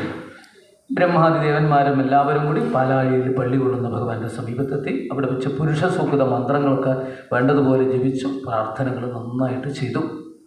പക്ഷേ ഈ പ്രാർത്ഥനകളൊക്കെ ചെയ്തു, പുരുഷനെ ഭജിച്ചു എന്നാണ് പറയുക. അതുകൊണ്ടാണ് ഇന്ന് പുരുഷ സൂക്തം ജപിക്കാം മന്ത്രം അല്ലെ പുഷ്പാഞ്ജലി എന്നൊക്കെ പറഞ്ഞതിൻ്റെ അർത്ഥം പുരുഷം പുരുഷ സൂക്തേന ഉപതസ്ഥേ സമാഹിത. ആ പുരുഷനെ വേണ്ടതുപോലെ ഭജിച്ചു. ഭഗവാൻ പ്രത്യക്ഷപ്പെട്ടിട്ടില്ല. സാധാരണ ഇതുവരെ പറയുമ്പോൾ നിങ്ങളെന്താ വിചാരിക്കുക? പ്രത്യക്ഷപ്പെട്ടു എന്നല്ലേ പറയുന്നത് വിചാരിക്കും. ഇവിടെ പ്രത്യക്ഷപ്പെട്ടിട്ടില്ല. കുറച്ചിങ്ങനെ കഴിഞ്ഞപ്പോൾ ബ്രഹ്മാവ് പറഞ്ഞു നമുക്ക് പോകാമില്ല അവർക്കെന്ന് പറഞ്ഞു. അപ്പോഴും പറഞ്ഞു പ്രത്യക്ഷപ്പെടുത്തി അനുഗ്രഹം വാങ്ങാൻ വന്നിട്ട് പോയാൽ ശരിയാവുമോ എന്ന് ചോദിച്ചപ്പോൾ പറഞ്ഞു എല്ലാം ശരിയായി. എങ്ങനെയാ? എൻ്റെ ഹൃദയത്തിൽ ഭഗവാൻ ചില വാക്കുകളൊക്കെ പറഞ്ഞിട്ടുണ്ട്, പേടിക്കൊന്നും വേണ്ട എന്ന് പറഞ്ഞു. ഗിരം സമാധവും ഗഗനേ സമീരിതം. ഹൃദയത്തിൽ ബ്രഹ്മഹൃദ എന്ന് പറയും. ഹൃദയത്തിൽ ഈ ഒഴിഞ്ഞ സ്ഥലം ആകാശം എന്ന് പറയാം. അവിടെ പറഞ്ഞു കൊടുത്തു. ശബ്ദം കേട്ടു എന്നാണ്. ആകാശത്ത് നിന്ന് കേട്ടു എന്നല്ല കേട്ടോ. ആകാശത്ത് നിന്ന് കേട്ടതാണെങ്കിൽ മറ്റു ദേവന്മാരും കേൾക്കണ്ടേ? തെറ്റിദ്ധരിക്കരുത്. ഹൃദയാകാശത്തിൽ കേട്ടു, മുഴങ്ങി കേട്ടു. ഇത് ഇദ്ദേഹം കേൾക്കുള്ളൂ. നമ്മുടെ ഉള്ളിൽ മുഴങ്ങും നമുക്കേ കേൾക്കാൻ പറ്റുള്ളൂ. എന്താ കേട്ടത്? അത് പറഞ്ഞില്ലേ. വസുദേവ ഗൃഹേ സാക്ഷാൽ, വസുദേവന്റെ ഗൃഹത്തിൽ സാക്ഷാൽ ഭഗവാൻ പുരുഷനാണ് ആരായിട്ട് ജനിക്കുന്നത്? കൃഷ്ണനായിട്ട് ജനിക്കുന്നത്. പക്ഷെ കൃഷ്ണൻ എന്ന് പറഞ്ഞില്ല, പുരുഷൻ ഭഗവാൻ ഇവിടെ ജനിക്കും എന്നാണ് പറഞ്ഞിരിക്കുന്നത്. ബ്രഹ്മാവ് പറഞ്ഞു കൊടുക്കുന്ന ഭാവത്തിലാണ്. പിന്നെ നിങ്ങളൊക്കെ തൽപ്രിയാർത്ഥം, നിങ്ങളൊക്കെ എന്ത് ചെയ്യണം? ആ പുരുഷൻ ജനിക്കുമ്പോൾ ആ പുരുഷനെ സഹായിക്കാൻ വേണ്ടിയിട്ട് നിങ്ങളൊക്കെ സുരസ്ത്രീയാ, അങ്ങനെയൊക്കെ വേണത്രേ. ഈ ദേവന്മാരും ദേവസ്ത്രീകളൊക്കെ ഉണ്ടല്ലോ, അവരൊക്കെ ഗോപന്മാരും ഗോപസ്ത്രീകളായിട്ട് ഒപ്പം ജനിക്കണം. ഈ എന്താണ് വാസുദേവൻ്റെ കല അനന്തനില്ലേ, ആദിശേഷനില്ലേ, ആ പള്ളി മെത്ത കൊള്ളുന്ന അദ്ദേഹം ജനിക്കുന്നുണ്ട് അത്രേ. ജ്യേഷ്ഠനായിട്ട് ജനിക്കുന്നാണ് പറഞ്ഞത്. രാമാവതാരത്തിൽ എന്താ ഉണ്ടായത്? അനുജനായിട്ട് ജനിച്ചു, ലക്ഷ്മണനായിട്ട്. ഒരു മാറ്റമായിക്കോട്ടെ എന്ന് പറഞ്ഞു. അടുത്ത രംഗം വരുമ്പോൾ ഒരു മാറ്റം. ഇങ്ങനെ ജ്യേഷ്ഠനായിട്ട് ജനിക്കുന്നു പറഞ്ഞു. പിന്നെ വേറൊന്ന് വിശേഷം പറഞ്ഞിട്ടുണ്ട്. എന്താ? അത് വിഷ്ണുവിൻ്റെ മായാഭഗവതി ഉണ്ടല്ലോ, സാക്ഷാൽ ജഗന്മായയായിട്ടുള്ള ഭഗവതി. ആ ഭഗവതിയും എവിടെ ജനിക്കും? ഭൂമിയിൽ അവതരിക്കും. ഇവിടെ അമ്പാടിയിൽ ആ നന്ദഗോപർ യശോദ ദമ്പതികളുടെ പുത്രിയായിട്ട് ജനിക്കും എന്ന് പറയുകയാണ്. ഇത്രയും വിഷ്ണുമായ ഭഗവതി. പേരൊന്നും പറയാൻ പറ്റില്ലല്ലോ, ഒന്നുമില്ല, ഇത്രയൊക്കെ ഉള്ളൂ. ഇതേകൊണ്ട് സമാധാനമായിട്ടിരിക്കുമെന്ന് പറഞ്ഞു. സമാധാനമായി. കുറച്ചൊന്നും ഇതൊക്കെ കേട്ടപ്പോൾ കുറച്ചൊരു സമാധാനമായി. ഒക്കെ പ്രതിസന്ധിയിലാണ്. ഭൂമി ദേവിയൊക്കെ ഒന്ന് സമാധാനത്തോടുകൂടി തിരിച്ചു പോവുകയൊക്കെ ചെയ്യുന്ന രംഗം. നമുക്കിനി അടുത്ത രംഗം കാണുന്നത് ഒന്ന് മാറിയിട്ടാണ്. എന്ന് പറഞ്ഞാൽ കാലം കുറച്ചുകൂടി കഴിഞ്ഞപ്പോൾ ഒരു ഗംഭീരപ്പെട്ട വിവാഹം നടക്കുകയാണ്. മധുരയിലാണ്. മധുര എന്ന് പറഞ്ഞു കഴിഞ്ഞാൽ ഉത്തർപ്രദേശിലാണ്. അല്ലാതെ വേറൊരു മധുരയൊക്കെ ഉണ്ട്. എവിടെയാണ്? അത് ഉച്ചാരണത്തിൽ വ്യത്യാസം വരുത്തണമെങ്കിൽ വരുത്താന്നേ ഉള്ളൂ. മധു എന്ന രാക്ഷസൻ താമസിച്ചുകൊണ്ട് ഇതും മധുര തന്നെയാണ്. പക്ഷേ മീനാക്ഷിയുടെ ഒരു മധുര ഉണ്ടല്ലോ, ആ മധുര അതല്ല ഇത് യു പിയിലുള്ള. അതുകൊണ്ടാണ് ഇത് മധുര എന്ന് പറയാനിട വന്നത്. ആ മധുരയിൽ, അവിടെ മധുര ഇന്നിപ്പോൾ ഡിസ്ട്രിക്റ്റ് എന്നൊക്കെ പറയുന്നുണ്ടല്ലോ, ആ മധുര സംസ്ഥാനം. അവിടെ വ്രജഭൂമി എന്നാണ് പറയുക. വ്രജഭൂമി എന്ന് പറഞ്ഞാൽ ഒരു 100-300 കിലോമീറ്ററിനുള്ളിൽ വരുന്ന വലിയ വിശാലമായ സ്ഥലം മുഴുവൻ വ്രജഭൂമിയാണ്. അവിടെയാണ് മധുരയിൽ, അവിടെയാണ് വിവാഹം നടക്കുന്നത്. ഈ മധുര കൊട്ടാരം. ആ കൊട്ടാരത്തിൽ അവിടെ ഉഗ്രസേന ചക്രവർത്തിയാണ് അന്നത്തെ ഭരണാധികാരി. അദ്ദേഹത്തിൻ്റെ സഹോദരനാണ് ദേവകൻ്റെ മകളാണ് ദേവകി. അച്ഛൻ്റെ അനുജൻ്റെ മകളാണ് കംസനെ സംബന്ധിച്ച് ദേവകി. കംസൻ ഉഗ്രസേനൻ്റെ പുത്രനുമാണ്. ശൂരസേനത്തിൻ്റെ അധിപതിയായിട്ടുള്ള ഭരണാധികാരിയൊക്കെ ആയിട്ടുള്ള വസുദേവരാണ് വിവാഹം കഴിക്കുന്നത് ദേവകി ദേവിയെ. ആ ഒരു വിവാഹമാണ് ഇവിടെ ഒന്ന് ചെറുതായിട്ട് ചിത്രീകരിച്ചത്. വലിയ ഗംഭീരപ്പെട്ടതാണ്, പക്ഷെ നമുക്കത് ചെറുതായിട്ടൊന്ന് അനുസ്മരിക്കാം. ഇനി ഇവരുടെ കുടുംബകാര്യങ്ങളിലേക്കൊന്നും കടക്കുന്നില്ല. ആ വിവാഹം ഗംഭീരമായിട്ടുള്ള വിവാഹം നടന്നിട്ട് മുഹൂർത്തം 3:45 ആവുമ്പോഴേക്കും എവിടെ എത്തണം? വരൻ്റെ ഗൃഹത്തിലേക്ക് അല്ലേ? ഒരു മുഹൂർത്തത്തിന് കയറണമല്ലോ. അതിനു വേണ്ടി തയ്യാറായിട്ട് കുറച്ച് സമയം ഒന്ന് കാത്തു നിൽക്കുന്ന സമയമാണ്. രഥങ്ങളൊക്കെ തയ്യാറാക്കിയിട്ടുണ്ട്. അലങ്കരിച്ച മനോഹരമായ ഒരു രഥം മധ്യത്തിലുണ്ട്. അതാണ് ദേവകിക്കും വസുദേവർക്കും. ബാക്കിയുള്ളതൊക്കെ തയ്യാറായിട്ടുണ്ട്. സമയമാകുമ്പോൾ കൂട്ടിക്കൊണ്ടുവരുന്നു. കംസൻ തന്നെ സന്തോഷത്തോടു കൂടിയിട്ട് അങ്ങനെ ആ ഉത്സാഹത്തോടു കൂടി ഇങ്ങനെ വരികയാണ്. സഹോദരിയെയും സഹോദരി ഭർത്താവിനെയും കൂട്ടിക്കൊണ്ടു പോകുന്ന രഥം അത് തേരാളിയല്ല തെളിക്കുന്നത്, ഞാൻ തന്നെ തെളിക്കുന്നു പറഞ്ഞുകൊണ്ട് ഉത്സാഹത്തോടു കൂടി കയറ്റിയിട്ട് ഇതാ പോവാൻ നമുക്ക് നല്ല ഏതാണ്ട് സമയമില്ലേ, പുറപ്പെടില്ലേ? ആയിക്കോട്ടെ എന്ന് പറഞ്ഞു. അങ്ങനെ ആ രഥം ഇങ്ങനെ സമ്മാനങ്ങളൊക്കെ ആയിട്ട് ഇങ്ങനെ പോകുന്ന സമയത്ത് പെട്ടെന്ന് ഇടിമുഴക്കം കേട്ടു. ആകാശമാർഗത്തിൽ അതിഗംഭീരമായിട്ടുള്ളൊരു ഇടിമുഴക്കം കേൾക്കുമ്പോൾ പെട്ടെന്ന് ഞെട്ടിപ്പോവില്ല. എല്ലാവരും ഒന്ന് ഞെട്ടിത്തിരിഞ്ഞ് നോക്കി. അപ്പോഴാണ് പറയുന്നു, എടാ ബുദ്ധിയില്ലാത്തവനെ. കംസൻ പിന്നെ എത്രയോ ആളുടെ കൂട്ടത്തിൽ എന്നെ തന്നെയാണല്ലോ എന്ന് പറഞ്ഞ് മേൽപോട്ട് നോക്കി. അപ്പോഴാണ് ഇത് കേൾക്കുന്നത്. എന്നിട്ട് അവിടെ എന്താ പറഞ്ഞതെന്നറിയോ? നീ ആരെയാണോ സ്നേഹത്തോടു കൂടി കൊണ്ടുപോകുന്നത്? അസ്യാസ്ത്വാം അഷ്ടമോ ഗർഭോ ഹന്തായാം വഹസേ അബുധ. അബുധ എന്ന് പറഞ്ഞതാണ് ഇവിടെ ബുദ്ധിയില്ലാത്തവനെ കേട്ടോ. എന്താ നീ ആരെയാണോ ഈ ഇപ്പോഴിങ്ങനെ കൂട്ടിക്കൊണ്ടുപോകുന്നത്? ഇവളുടെ 8ാമത്തെ ഗർഭം നിൻ്റെ അന്തകനായിരിക്കുന്നു. നമ്മൾ പറയുമ്പോഴാണ് പെട്ടെന്ന് തെറ്റിദ്ധരിക്കുമ്പോഴാണ് 8ാമത്തെ പുത്രൻ എന്നുള്ള ഇത് വരുന്നത്. അങ്ങനെ ഉദ്ദേശിച്ചതും, പക്ഷേ തെറ്റിദ്ധരിപ്പിച്ച് കളവ് പറഞ്ഞു എന്ന് പറയാതിരിക്കാൻ വേണ്ടിയിട്ട് 8ാമത്തെ ഗർഭം എന്നേ പറഞ്ഞിട്ടുള്ളൂ. കാരണം പെട്ടെന്ന് പെൺകുട്ടിയെ കണ്ടിട്ട് പരിഭ്രമിക്കാതിരിക്കാൻ വേണ്ടിയിട്ട് കൂടിയാണ് അങ്ങനെ പറഞ്ഞത്. എന്ത് ധരിച്ചാലും അന്ന് തുടങ്ങി കംസന് ഭയം എന്നാണ്. പിന്നെ കംസൻ കയറിയിട്ട് കിടന്നു എന്നല്ലാതെ ഇതിനൊന്നും പോയിട്ടില്ല എന്നൊക്കെ ഒരു രംഗത്ത് പറയുന്നു. പക്ഷെ അവിടെ എന്തായ രംഗങ്ങളാണ് ഏറ്റവും വിശേഷം. അതായത് സ്വന്തം സഹോദരിയെപ്പോലും സ്വാർത്ഥത്തിന് വേണ്ടി തനിക്കൊരു അപകടം വരും തോന്നുമ്പോൾ കൊല്ലാനായിട്ട് ഭാവിച്ച് വാളൂരി പിടിച്ച് വെട്ടാനൊക്കെ ഭാവിക്കുകയൊക്കെ ചെയ്യുമ്പോൾ വസുദേവ തടുത്തു. സഹോദരിയാണ്, സ്ത്രീയാണ്, വിവാഹാവസരമാണ്, ഒരിക്കലും ചെയ്യരുത്, അങ്ങയെപ്പോലുള്ളവർ ഒരിക്കലും ചെയ്യരുത്, അങ്ങ് പൂജ്യനാണെന്നൊക്കെ പറഞ്ഞുകൊണ്ടാണ് പൂജ്യ എന്നൊക്കെ വിളിക്കുക. അർത്ഥം എന്താ അല്ലേ? ഇങ്ങനെയൊക്കെ ചില ആൾക്കാരെ പൂജ്യ എന്ന് വിളിച്ചാൽ അവർ കേമായിട്ട് നടിച്ചോട്ടെ, പ്രശ്നമില്ല, ഒന്നും കൊള്ളില്ല എന്നുള്ള അർത്ഥത്തിലായിരിക്കില്ലേ പൂജ്യനാണെന്ന് പറഞ്ഞാൽ. പക്ഷേ ഏതായാലും കംസനെ വിളിച്ചപ്പോൾ കംസന് സന്തോഷമായിട്ടുണ്ടാവും. ഇല്ല, കാര്യമായിട്ടൊന്നും ആയില്ല. അപ്പോഴും വീണ്ടും കൈയൊക്കെ തട്ടി മാറ്റുന്ന സമയത്ത് ഇദ്ദേഹത്തിന് ഒരു ബുദ്ധി തോന്നി. എന്താണെന്ന് പറയും, ഇവളല്ലല്ലോ അങ്ങേ കൊല്ലുക, ഇവൾക്കുണ്ടാവുന്ന 8ാമത്തെ കുട്ടിയല്ലേ, 1ഉം 2ഉം കഴിഞ്ഞിട്ട് വേണ്ടേ, ഞാൻ 8ാമത്തതല്ല, ഇവൾക്കുണ്ടാകുന്ന കുട്ടികളൊക്കെ അങ്ങേക്ക് കൊണ്ടുതരാം, പുത്രന്മാരൊക്കെ സമർപ്പിക്കാൻ അങ്ങയുടെ ഇഷ്ടം പോലെ ചെയ്യും. എങ്കിൽ ഇതല്ലാതെ വേറെ വഴിയില്ല. ഇപ്പോഴും ദേവകിയെ കൊല്ലാതിരിക്കാനുള്ള ഒരു മാർഗമായിട്ടാണ് ഇത് പറഞ്ഞത്. ഇത് കേട്ടതോടു കൂടിയിട്ട് ആ ചുറ്റിപ്പിടിച്ച തലമുടിയൊക്കെ കഴിഞ്ഞ് വിട്ട് അപ്പോഴത്തന്നെ ഇദ്ദേഹം മാറി നിന്നു. ഇനിയാണ് ഇവിടെ വിശേഷമായിട്ടുള്ള അടുത്ത രംഗത്തിലേക്ക് കടക്കുന്നത്. നമുക്ക് കൂടുതൽ സമയമില്ലാത്തതുകൊണ്ട് ചുരുക്കിയിട്ട് ഇങ്ങനെ പറയുകയാണ്. അടുത്ത രംഗത്തിൽ വസുദേവർ ഒരു നല്ലൊരു കുട്ടിയെ കയ്യിലെടുത്തുകൊണ്ട് കംസൻ്റെ കൊട്ടാരത്തിലേക്ക്, അന്നേരം അങ്ങനെ പറഞ്ഞു ഉഗ്രസേനൻ എന്ന് പറയാതെ യുവരാജാവിന് പ്രത്യേകിച്ച് മുറിയും ഏർപ്പാടൊക്കെ ഉണ്ട് കൊട്ടാരത്തിൽ അല്ലേ, പ്രത്യേക ഒരു ഭാഗമുണ്ട്, അവിടത്തേക്കാണ് പോകുന്നത്. ഉഗ്രസേനൻ്റെ അടുത്തേക്കല്ല. എന്താ കാരണം ഒരു കംസനുമായിട്ടല്ലേ വാക്ക് പറഞ്ഞിരിക്കുന്നത്, കൊണ്ടു കൊടുക്കുകയാണ്. ആദ്യത്തെ കുട്ടി കീർത്തിമാൻ എന്നാണ് കുട്ടിയുടെ പേര്, നമ്മളൊക്കെ പറയും കീർത്തിമന്തം പ്രഥമജം എന്നാണ്. ആ കുട്ടിയെ സമർപ്പിച്ചു. ഞാൻ വാക്ക് പാലിച്ചു. ദേവകി പ്രസവിച്ചു, ഒരു കുട്ടിയുണ്ടായി, വർഷമൊക്കെ കഴിഞ്ഞില്ലേ, ഇതാ സമർപ്പിച്ചു എന്ന് പറഞ്ഞു. കംസന് ആദ്യം നോക്കുകയൊക്കെ ചെയ്തു. കുട്ടിയെ ഒന്ന് നോക്കി. കംസന് ഭാവം മാറിയത്രേ. എന്തോ ഒരു സ്വർണ്ണ നാണയമൊക്കെ കയ്യിൽ കൊടുത്തു. എന്നിട്ട് പറഞ്ഞു കൊണ്ടുപോയിക്കോളൂ, ഈ കുട്ടിയല്ലേ 8ാമത്തതല്ലേ എന്ന് പറഞ്ഞ് തിരിച്ചു കൊണ്ടുപോവുകയാണ് ചെയ്തത്. ഇങ്ങനെ പിന്നീട് അടുത്ത വർഷം അടുത്ത കുട്ടി ഉണ്ടായ സമയത്ത് ഇതുപോലെ കൊടുത്തു, തിരിച്ചു കൊണ്ടുപോയി അടുത്ത കുട്ടി. ഇങ്ങനെ 6 കുട്ടികളുണ്ടായപ്പോൾ തിരിച്ചു കൊണ്ടുപോയി എന്നാണ് പറയുന്നത്. വെറുതെ വിട്ടു എന്നാണ്, കുട്ടിയൊക്കെ കൊടുത്തു എന്നാണ് പറയുക. അത് അപ്പോൾ കൊന്നില്ല കേട്ടോ, പിന്നീട് അങ്ങനെ കൊല്ലുക. ചിലരങ്ങനെ തെറ്റിദ്ധരിച്ചിട്ടുണ്ടാവും, അങ്ങനെ കൊന്നില്ല, അപ്പോഴും കൊന്നില്ല എന്ന് എങ്ങനെ തെളിവ് കിട്ടുമെന്നറിയോ? ഈ കുട്ടികളെ കൂട്ടിക്കൊണ്ടുവരാൻ വേണ്ടി കൃഷ്ണൻ പോയി എന്ന് പറഞ്ഞില്ലേ സുതലത്തിലേക്ക്, ആ സമയത്ത് 6 വയസ്സുള്ള കുട്ടി ഉണ്ടായിരുന്നു എന്ന് പറഞ്ഞാൽ അപ്പം കൊന്നിട്ടുണ്ടെങ്കിൽ 6 വയസ്സുള്ള കുട്ടി കിട്ടില്ല. ഇതൊക്കെ മഹാത്മാക്കളെ ശങ്കരാചാര്യസ്വാമികളല്ല പറഞ്ഞിരിക്കുന്നത്, ശ്രീധരാചാര്യരാണ് ഭാഗവതത്തിന് വ്യാഖ്യാനം ചെയ്തത്. അദ്ദേഹം പറഞ്ഞു, കൊന്നു, ജനിച്ച കുട്ടികളെ മുഴുവൻ കൊന്നു, പക്ഷേ ജന്മസമയത്തല്ല, നതു ജന്മകാലയവാന്ന് വ്യക്തമായിട്ട് പറഞ്ഞിട്ടുണ്ട്. അതുകൊണ്ട് പഠനം ശരിക്കും നടത്താതെ എവിടെ നിന്നെങ്കിലും കേട്ടിട്ട് പറഞ്ഞു കഴിഞ്ഞാൽ പല അപകടങ്ങളും ഉണ്ടാവുമെന്നാണ് പറയുന്നത്. അപ്പോഴൊന്നും കൊന്നില്ല. അപ്പോൾ ആദ്യത്തെ കുട്ടിക്ക് 6 വയസ്സായില്ലേ, ഇപ്പോഴത്തന്നെ ആയില്ലേ. ഈ സമയത്താണ് കംസൻ ഈ കൊല്ലാതെ വിട്ടു എന്ന് പറഞ്ഞു കഴിഞ്ഞാൽ തന്നെ കംസൻ്റെ സ്വഭാവത്തിന് മാറ്റം വന്നു എന്നാണ് അർത്ഥം. ഇങ്ങനെ കംസൻ നല്ലവനായിട്ട് ഭരണം നടത്തിക്കഴിഞ്ഞാൽ കൃഷ്ണാവതാരം ഇപ്പോഴേ ഉണ്ടാവില്ല എന്ന് തോന്നിയ നാരദ മഹർഷി ഒരു ദിവസം കൊട്ടാരത്തിലേക്ക് വന്നു. നാരദ മഹർഷിയുടെ പ്രഭാവം എന്താണെന്നറിയാലോ, ഭരണപക്ഷത്തും പോകാം, പ്രതിപക്ഷത്തും ഒരുപോലെ പോകാം. ചിലപ്പോഴങ്ങനെ ഉണ്ടാവും, 2 സ്ഥലത്തും പോകും അല്ലേ, മറ്റേ ഹൗസിലും പോകും, ഇവിടെയും പോകും. സാധാരണ അങ്ങനെയാണ്, നാരദ മഹർഷി ഇങ്ങനെയാണ്, അവിടെ നിന്ന് വരുന്ന വേവൽ ഇങ്ങോട്ട് പോകും, അദ്ദേഹത്തിനെ കഴിവുള്ളൂ. അങ്ങനെ അവിടെ എത്തിയപ്പോഴാണ് എത്ര കാലമായി നാരദ മഹർഷിയെ കണ്ടിട്ടുണ്ട്, കുറച്ച് വർഷമായി അല്ലേ. ഞാൻ ഇങ്ങനെ പിന്നെ എന്തുണ്ട് വിശേഷമൊക്കെ നാട്ടിലെന്ന് വെച്ചു, എല്ലാവരും അങ്ങയെക്കുറിച്ച് തന്നെയാണ് പറയുന്നതെന്ന് പറഞ്ഞു. അപ്പോൾ ഒന്നും കൂടെ നിവർന്ന് നേരെയായിട്ടിരുന്നു. എന്താണെന്നറിയോ, എന്നെക്കുറിച്ച് തന്നെ നാട്ടുകാരൊക്കെ പറയുന്നു. ഇദ്ദേഹം മനസ്സിലുദ്ദേശിച്ച് പറയാണ്, ഇങ്ങനെ ഒരു കംസനെ പോലത്തെ ഒരു ദുഷ്ടൻ എന്നൊക്കെ ആയിരിക്കും പറഞ്ഞിട്ടുണ്ടാവുക. എന്നെക്കുറിച്ചെന്ന് കേട്ടപ്പോൾ വളരെ സന്തോഷമായി. അന്ന് എന്നാ പറയൂ, ഇരിക്കൂ, എന്താ പറയൂ എന്നൊക്കെ പറഞ്ഞിട്ട് സന്തോഷമായി. പിന്നെ എന്നിട്ട് പിന്നെ പലതും പറഞ്ഞപ്പോഴാണ് പിന്നെ എന്തൊക്കെയുണ്ട് വിശേഷം ഇവിടെയൊക്കെ കേൾക്കട്ടെ എന്ന് പറഞ്ഞു.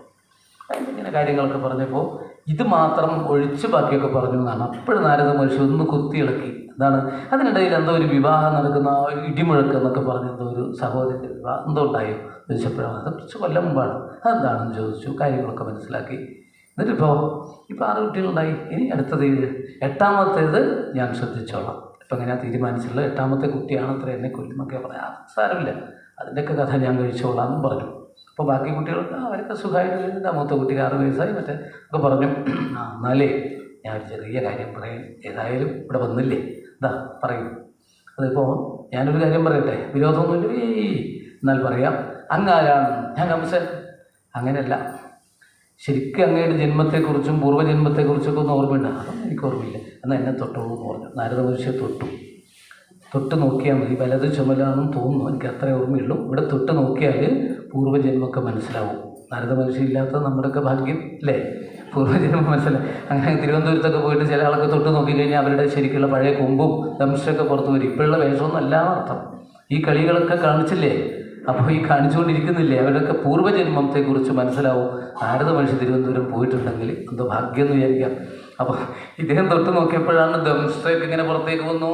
ഇതിവിടെ ഇതൊക്കെ ഉണ്ട്. ആരാണെന്ന് പറയും, കാലനീമി ഇത് പേരായിട്ടുള്ള അസുരനായിരുന്നു.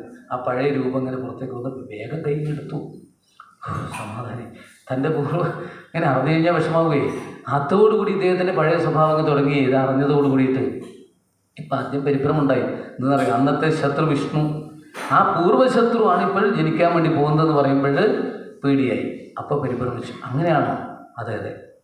വന്നാലും സാരമില്ല അല്ലേ, ഇനി നമുക്ക് 7 കഴിഞ്ഞിട്ട് 8ാമത്തേത് ഞാൻ ശ്രദ്ധിക്കാറുണ്ട്. അപ്പോൾ പറഞ്ഞു, വിഷ്ണുവാണ് ജനിക്കുന്നതെങ്കിൽ വിഷ്ണുവിന് പല പല കളികളുണ്ട്. ദേവന്മാരുടെ നമ്മുടെ അവസ്ഥയൊക്കെ വളരെ വ്യത്യാസമാണെന്ന് പറഞ്ഞു. അതെങ്ങനെ അങ്ങനെ വ്യത്യാസം വരും. അതായത് ഇപ്പം ദേവന്മാരെല്ലാം മുകളിൽ നിന്നാണ് കണക്കൂട്ടുക. നമ്മൾ 8 കുട്ടികളെ നിരനിരയായിട്ട് നിർത്തുക, നിരനിരയായിട്ട് കേട്ടോ. എന്നിട്ട് ദേവന്മാർ മുകളിൽ നോക്കുമ്പോൾ ഈ ഭാഗത്തു നിന്നാണ് എണ്ണുന്നതെങ്കിൽ ഇത് 8, ഈ ഭാഗത്ത് നിന്ന് കഴിഞ്ഞാൽ ഈ ആദ്യത്തേത് 8ആവില്ലേ എന്നാണ്. അങ്ങനെ വരുമെന്ന് ചോദിച്ചു. അങ്ങനെ വരും. അതായത് ഇങ്ങനെ ഇരിക്കുന്ന സമയത്ത് ഒരു ഫോട്ടോ എടുത്തു കഴിഞ്ഞാൽ ചില ആൾക്കാരൊക്കെ ഉണ്ട്, ചില ഫോണിൽ ഞാനിപ്പോൾ ഇവിടുന്നൊരു ഫോട്ടോ എടുത്തു നിൽക്കാം, കഴിഞ്ഞിട്ട് വേറെ ആൾക്ക് അയച്ചു കൊടുക്കുമ്പോൾ ഈ വിഗ്രഹം ഇതൊക്കെ എൻ്റെ ഈ ഭാഗത്താണ് ഉണ്ടാവുക, ഊണൂലുണ്ടാവും മറ്റേ ഭാഗത്ത് ഉണ്ടാവാറില്ലേ. ഇതിപ്പം നല്ല വ്യത്യാസം. ഇതുപോലെ പല പല കാര്യങ്ങൾ ഇതിൽ നടക്കും. ദേവന്മാർക്ക് പല വ്യത്യാസം ഉണ്ടാവുകയും. ഇനി മാത്രമല്ല, നാരദ മഹർഷി ഒന്നുകൂടെ ഉറപ്പിക്കാൻ വേണ്ടി ഒരു കാര്യം ചെയ്തു. അവിടെ ഒരു തൂണുണ്ടായിരുന്നു, ആ ഇരിക്കുന്ന കസേരയുടെ അടുത്ത്. ആ തൂണിലേക്ക് നോക്കാൻ പറഞ്ഞു. ഞാൻ ശ്രദ്ധിക്കുക കേട്ടോ, ഞാൻ ചെയ്യുന്ന ശ്രദ്ധിക്കാം. ഞാൻ നോക്കതാ 1 2 3 4 5 6 7 8 എന്ന് പറഞ്ഞു. എൻ്റെ കയ്യും എടുത്തിട്ട് പറഞ്ഞു, ഇതിലേതാ 8ാമത്തെ കുത്ത് എന്ന് പറഞ്ഞാൽ ഞാൻ കുത്തിയതിൽ 8ാമത്തെ കുത്ത് ഏതാണ്? അതിപ്പോൾ എങ്ങനെ പറയാം, 8 കുത്തിട്ടിട്ട് ഇത് ഏതാ 8ാമത്തെന്ന് വെച്ചാൽ പറയാൻ പറ്റും. ഇതുപോലെ തന്നെയാണ്. ഇപ്പോൾ 8ാമത്തേത് ഏതാണെന്ന് നമുക്ക് പറയാൻ പറ്റില്ല എന്ന് പറഞ്ഞപ്പോൾ നാരദ മഹർഷി പറഞ്ഞു, ഞാനിങ്ങനെ തിരക്കിലാണ്, അധികം ഞാൻ ശരി കേട്ടോ, നാരായണ നാരായണ. നാരദ മഹർഷി പോയി. വലിയ വെടിക്കെട്ടിനൊക്കെ തീ കൊടുത്ത് അടുത്ത് നിൽക്കാൻ പാടില്ലല്ലോ. നാരദ മഹർഷി സ്ഥലം വിട്ടതോട് കൂടിയിട്ട് ആരെവിടെ വിളിച്ചു, കുട്ടികളെ മുഴുവൻ കൂട്ടിക്കൊണ്ടുവരാൻ പറഞ്ഞു. അങ്ങനെ കംസൻ ആ ആദ്യത്തെ കുട്ടി മുതൽ എല്ലാ കുട്ടിയെയും പാറക്കിട്ടടിച്ചു കൊന്നു. ഇപ്പോഴും കംസൻ്റെ ആ കൊട്ടാരം ഒക്കെയുള്ള സ്ഥലത്തേക്ക്, അതായത് ഇന്ന് മധുരയിൽ ജയിലറയുണ്ടല്ലോ, അതിൽ നിന്ന് കയറുമ്പോൾ ആ ഇടത് ഭാഗത്ത് ഒരു ചെറിയൊരു ഗ്രിൽസൊക്കെ ഇട്ടിട്ട് ദേവൻ വന്നിട്ട് എല്ലാവരും പൂജിക്കുന്നുണ്ട്. അവിടെ പണ്ട് കാലത്തൊരു കല്ലാണ്, അവിടെ നിന്നാണ് കംസൻ അടിച്ചു കൊന്നു. അതിപ്പം ദൈവമായി മാറി മാത്രമേ ഉള്ളൂ, വേറൊന്നുമില്ല. അങ്ങനെ അടിച്ചടിച്ച് പാറക്കിട്ടടിച്ച് കൊന്നു. ഇനി 7ാമത്തേത്, പിന്നെ 8ാമത്തേത്. അപ്പോഴ് രൂപവും ഭാവമൊക്കെ ഇങ്ങനെ മാറി അതിശക്തമായ ഭാവത്തോടുകൂടി ആക്രോശിച്ചുകൊണ്ട് കംസൻ്റെ യഥാർത്ഥ കാലനേമിയുടെ സ്വഭാവം എടുത്തു. കുറേ ആൾക്കാർ പിറകിലുണ്ട് കേട്ടോ, ജരാസന്ധൻ, ദന്തഭക്തൻ, ബാണൻ, നരകൻ. ഈ ദുഷ്ടന്മാരൊക്കെ ഒത്തുകൂടും പല പല കാര്യത്തിന് വേണ്ടിയിട്ട്. നമ്മൾ ചില സ്ഥലത്തൊക്കെ കാണുന്നില്ലേ, അതായത് നമ്മൾ തോന്നിവാസം കളിക്കുന്നവരൊക്കെ കൂടി ഒരുമിച്ച് സമ്മേളനം ചെയ്യും. പല സ്ഥലത്തും കമ്മിറ്റി കൂടും, പിന്നെ ആലോചിക്കാനൊക്കെ നടക്കുന്നുണ്ട്. കാരണം എല്ലാം കള്ളന്മാരായിരിക്കും. അപ്പോൾ അവരൊക്കെ കൂടി ഒത്തുകൂടി ഒരു ഭാഗത്ത് അല്ലേ, അങ്ങനെയുള്ള സ്വഭാവമൊക്കെ ഉണ്ട്. അങ്ങനെ ഇവരൊക്കെ കൂടി ഒത്തുകൂടി അതിശക്തമായിട്ട് എതിർക്കുന്ന ഒരവസ്ഥയിൽ വന്നപ്പോഴാണ് 7ാമത് ഗർഭിണിയാണ് കേട്ടോ, ഓർമ്മിക്കുക. പക്ഷേ രംഗം മുഴുവനും മാറി. കാരാഗ്രഹത്തിലേക്ക് അടക്കാൻ തീരുമാനിച്ചു. കൊട്ടാരത്തിന് സമീപത്ത് തൻ്റെ ശ്രദ്ധ പോകുന്ന തരത്തിൽ വലിയൊരു താഴ്ചയുള്ള ജയിലറി ഉണ്ടാക്കിയ ദിവസന്മാർ അവിടെ ചങ്ങലക്കിട്ട് 2 ഭാഗത്തായിട്ട് പൂട്ടിക്കെട്ടി. ഉഗ്രസേന ചക്രവർത്തിയെ മറ്റൊരു ജയിലൊക്കെ ഒന്ന് സജീവാക്കി. അതുകൊണ്ട് മറ്റുള്ള മന്ത്രിമാരുണ്ടല്ലോ, അവരൊക്കെ പിടിച്ചിട്ട് പുറത്താക്കിയതല്ല, പിടിച്ച് ജയിലറയിൽ ഇങ്ങനെ അടച്ച് ഇദ്ദേഹം തന്നെ സിംഹാസനത്തിൽ കയറി നിൽക്കുന്നു. വേറെ ആരും ആ രാജവാഴ്ചക്ക് വേണ്ടാന്ന് പറഞ്ഞ് സ്വയം അരിയിട്ട് വാഴ്ച നടത്തിയിട്ട് കംസൻ അവിടുത്തെ ഭരണാധികാരി, മറ്റുള്ളവരുടെ സപ്പോർട്ട് ഉണ്ടാവും, തോന്നിവാസം കളിക്കുന്നവരുടെ മുഴുവനുണ്ടായി. എന്നിട്ട് ഇതിലേക്ക് ആൾക്കാർ വേണമല്ലോ, മന്ത്രിസഭയിൽ തനിക്ക് പറ്റുന്ന കുറേ മന്ത്രിമാരെ ഏർപ്പാടാക്കി എന്നൊക്കെയാണ് പറഞ്ഞത്. ആ മന്ത്രിമാരുടെ പേരും കാര്യങ്ങളൊക്കെയാണ് അടുത്ത അധ്യായത്തിൽ വിവരിക്കുന്നത്. നമ്മൾ ആ പേരൊന്നും പറയാൻ കൂടുതൽ സമയമില്ലാത്തത് കൊണ്ടാണ് ഈ പ്രലംബൻ, മകൻ, ഉരന്തൻ, ആവർത്തൻ, മഹാശൻ, മുഷ്ടികൻ, അരിഷ്ടൻ എന്നൊക്കെ പറയും. നാളെ ചിലതൊക്കെ നാളെ പറയാം. ഇങ്ങനെയുള്ള കുറേ മന്ത്രിമാരെ അതിൽ ഉൾപ്പെടുത്തി എന്ന് പറഞ്ഞാൽ തോന്നിവാസം കളിക്കാൻ തയ്യാറായിട്ടുള്ള, അതായത് താനൊരു സ്ഥാനം ഏറ്റെടുക്കുമ്പോൾ അതിന് തോന്നിവാസം കളിക്കാൻ പറ്റുന്ന ആളെ മന്ത്രിമാരാക്കി വെക്കാൻ പാടുള്ളൂ എന്നാണ്. അങ്ങനെ ഇത് അന്നേയുണ്ട് കേട്ടോ. അങ്ങനെ അവരെയൊക്കെ ഉൾപ്പെടുത്തി ഒരു വീട്ടിൽ നിന്ന് 3 മന്ത്രിസ്ഥാനം കിട്ടി. ഇന്നൊക്കെയാണ് 1 2 കിട്ടിയിട്ടുണ്ടാവും. അന്ന് 3 കിട്ടിയെന്നാണ്. അഘൻ, ഭഗൻ, പൂതന ഒരേ വീട്ടിൽ നിന്നാണ്. ഒരു വനിതാ മന്ത്രി ഉണ്ടായിട്ടുള്ളൂ, പൂതന, ആരോഗ്യവകുപ്പും പിന്നെ ശിശുക്ഷേമമൊക്കെ അവർക്കാണ് കിട്ടിയത്. പിന്നെ ഇങ്ങനെ ഒരു 2 ആഴ്ച കഴിഞ്ഞപ്പോൾ ആരോ പറഞ്ഞു ഇതെന്തെങ്കിലും ചെറിയ പ്രശ്നം ഉണ്ടാവും കേട്ടോ, മുൻപുള്ളവരിൽ ആരെങ്കിലും ഒരാൾ ഉൾപ്പെടുത്തിയില്ലെങ്കിൽ അവർ കുത്തിത്തിരിപ്പാകും എന്ന് പറഞ്ഞു. അങ്ങനെ പഴയ മന്ത്രി ഇന്ന് ഒരാളെ ഇതിൽ പിടിച്ചുണ്ടാക്കി. അദ്ദേഹത്തിൻ്റെ പേരാണ് അക്രൂർ എന്ന് പറയും. അദ്ദേഹത്തിന് ദേവസ്വം വകുപ്പ് കൊടുത്ത് പറഞ്ഞില്ല, സഹസ്രനാമം ജീവിച്ച് കൂടിക്കോളും, അദ്ദേഹം കൊടുത്ത് ഇങ്ങനെ മന്ത്രിസഭയൊക്കെ വികസിപ്പിച്ച് അങ്ങനെ തയ്യാറായിരിക്കുന്നു എന്ന് പറയുന്നു. ഇതിനിടയിൽ ഒരു സംഭവം ഉണ്ടായി. ഇദ്ദേഹത്തിൻ്റെ ദുഷ്ടകർമ്മങ്ങൾ കൂടിക്കൂടി വന്നപ്പോൾ ജനങ്ങൾ പറയുന്നുണ്ടാകുന്നല്ലോ, ആ 8ാമത്തേന്ന് പറഞ്ഞില്ലേ അത് വേഗം ജനിച്ചാൽ മതിയായിരുന്നു, 7 കഴിഞ്ഞില്ല, ഇവിടെ 8 വരാൻ വേണ്ടിയിട്ട് പ്രാർത്ഥിക്കാൻ തുടങ്ങിയപ്പോൾ ഭഗവാനെ മനസ്സിലായി ഇനി അധികം വൈകിക്കൂടാ തോന്നിയപ്പോൾ 7ാമത്തെ ഗർഭം കാലം ചെന്ന് പ്രസവിച്ചു കഴിഞ്ഞാൽ ഇനി വൈകും. അതുകൊണ്ട് അതിനു മുമ്പ് ഒരു തന്ത്രം പ്രയോഗിച്ചു, യോഗമായയെ വിളിച്ചു. യോഗമായ എന്ന് ഞാൻ പറഞ്ഞില്ലേ, പെട്ടെന്ന് ഭൂമിയിലേക്ക് പോകണം, എന്നിട്ട് 7ാമത്തെ ഗർഭത്തെ ആരും അറിയാതെ കംസനെ പേടിച്ച് നാട് വിട്ട് ഓടിയിട്ടുള്ള കുറേ സ്ത്രീകളുടെ കൂട്ടത്തിൽ ഈ നമ്മുടെ രോഹിണിയൊക്കെ ഉണ്ടല്ലോ, വസുദേവരുടെ ഭാര്യ, മറ്റ് 2 ഭാര്യ 3 ഭാര്യയൊക്കെ ഉണ്ടാവുമല്ലോ അന്നത്തെ കാലത്ത്, ബഹുഭാര്യത്വം നിലവിലുള്ള സമയമാണ്. ഇവിടെയാണ് പോയിട്ടുള്ളത്. മറ്റൊരു അകന്ന ബന്ധു അല്ലെങ്കിൽ സഹോദരനായിട്ട് ഒരു നന്ദൻ, അതുകൊണ്ട് നന്ദഭവനത്തിലാണ് അവർ അഭയം പ്രാപിച്ചത്. ആ നന്ദഭവനത്തിലുള്ള രോഹിണിയിലേക്ക് മാറ്റണം എന്ന് പറഞ്ഞു. എന്നിട്ട് എന്ത് ചെയ്യണം? ദേവി യശോദയിൽ ജനിക്കാൻ തയ്യാറാവണം. ഞാൻ ജനിച്ചു കഴിഞ്ഞാൽ ഞാനൊരു സൂചന തരുന്ന സമയത്ത് ജനിക്കണം, എൻ്റെ കാര്യത്തിന് ദേവി ഒപ്പം തന്നെ ഉണ്ടാവണം. അങ്ങനെ ഉണ്ടായാൽ ദേവിയെ ഭൂമിയിൽ ദുർഗാഭദ്രമാളി വിജയ വൈഷ്ണവി കുമുദാ ചണ്ഡികാമായ നാരായണീശാനി ശാരദാംബിക തുടങ്ങിയിട്ടുള്ള അനേകം പേരുകളിൽ സർവകാമപരേശ്വരി, സർവാർത്ഥ സാധികയായിട്ട് ജനങ്ങൾ ധൂപദീപങ്ങൾ കൊണ്ട് പൂജിക്കും എന്നൊക്കെ പറഞ്ഞുകൊണ്ട് ഭഗവാൻ നിർദ്ദേശം കൊടുത്തു. അതനുസരിച്ച് ഒരു ദിവസം രാത്രിയിൽ 12 മണി അങ്ങനെ കഴിഞ്ഞ സമയത്ത് ആരും അറിയാതെ ദേവകിയിലെ 7ാമത്തെ ഗർഭത്തെ യോഗമായ അങ്ങ് മാറ്റിയിട്ട് സംഘർഷണം ചെയ്ത് ഇവിടത്തേക്ക് എത്തിച്ചു. രോഹിണിയിലേക്ക് മാറ്റി. ലോകത്തിൽ ആദ്യമായിട്ട് ഭ്രൂണമാറ്റം നടന്നത് മധുരയിൽ ഈ യോഗമായയാണ്. എന്നിട്ട് യോഗമായ യശോദയിൽ ജനിക്കാൻ തയ്യാറായി. ഇവിടെ കുറച്ച് ബഹളങ്ങളൊക്കെ ഉണ്ടായി. 7ാമത്തത് ഇല്ലാതായി എന്ന് പറഞ്ഞു. ചില ആൾക്ക് സന്തോഷമായി, ചില ആൾക്ക് വിഷമമുണ്ടായി. സന്തോഷമായത് ആർക്കായിരിക്കും? 8ാമത്തെ വേഗമാവുമല്ലോ എന്ന് വിചാരിക്കുന്നവർക്ക് ഇല്ലേ? ചില ആളുകൾക്ക് അത് അറിയാത്തത് കൊണ്ട് വിഷമിച്ചു. ഇപ്പോഴാണ് 8ാമത് ഭഗവാനെ ഗർഭം ധരിക്കാനുള്ള ഒരു ഭാഗ്യം ദേവകിക്ക് കിട്ടിയത്. അത് നമ്മൾ ഉദ്ദേശിക്കുന്ന പോലെയുള്ള അവതാരമല്ല. കൃഷ്ണാവതാരം അവതരിച്ചു എന്ന് പറഞ്ഞിട്ടുമില്ല. ആവിരാസി എന്നല്ലേ പറയുന്നത്, സാധാരണ പോലെയല്ല.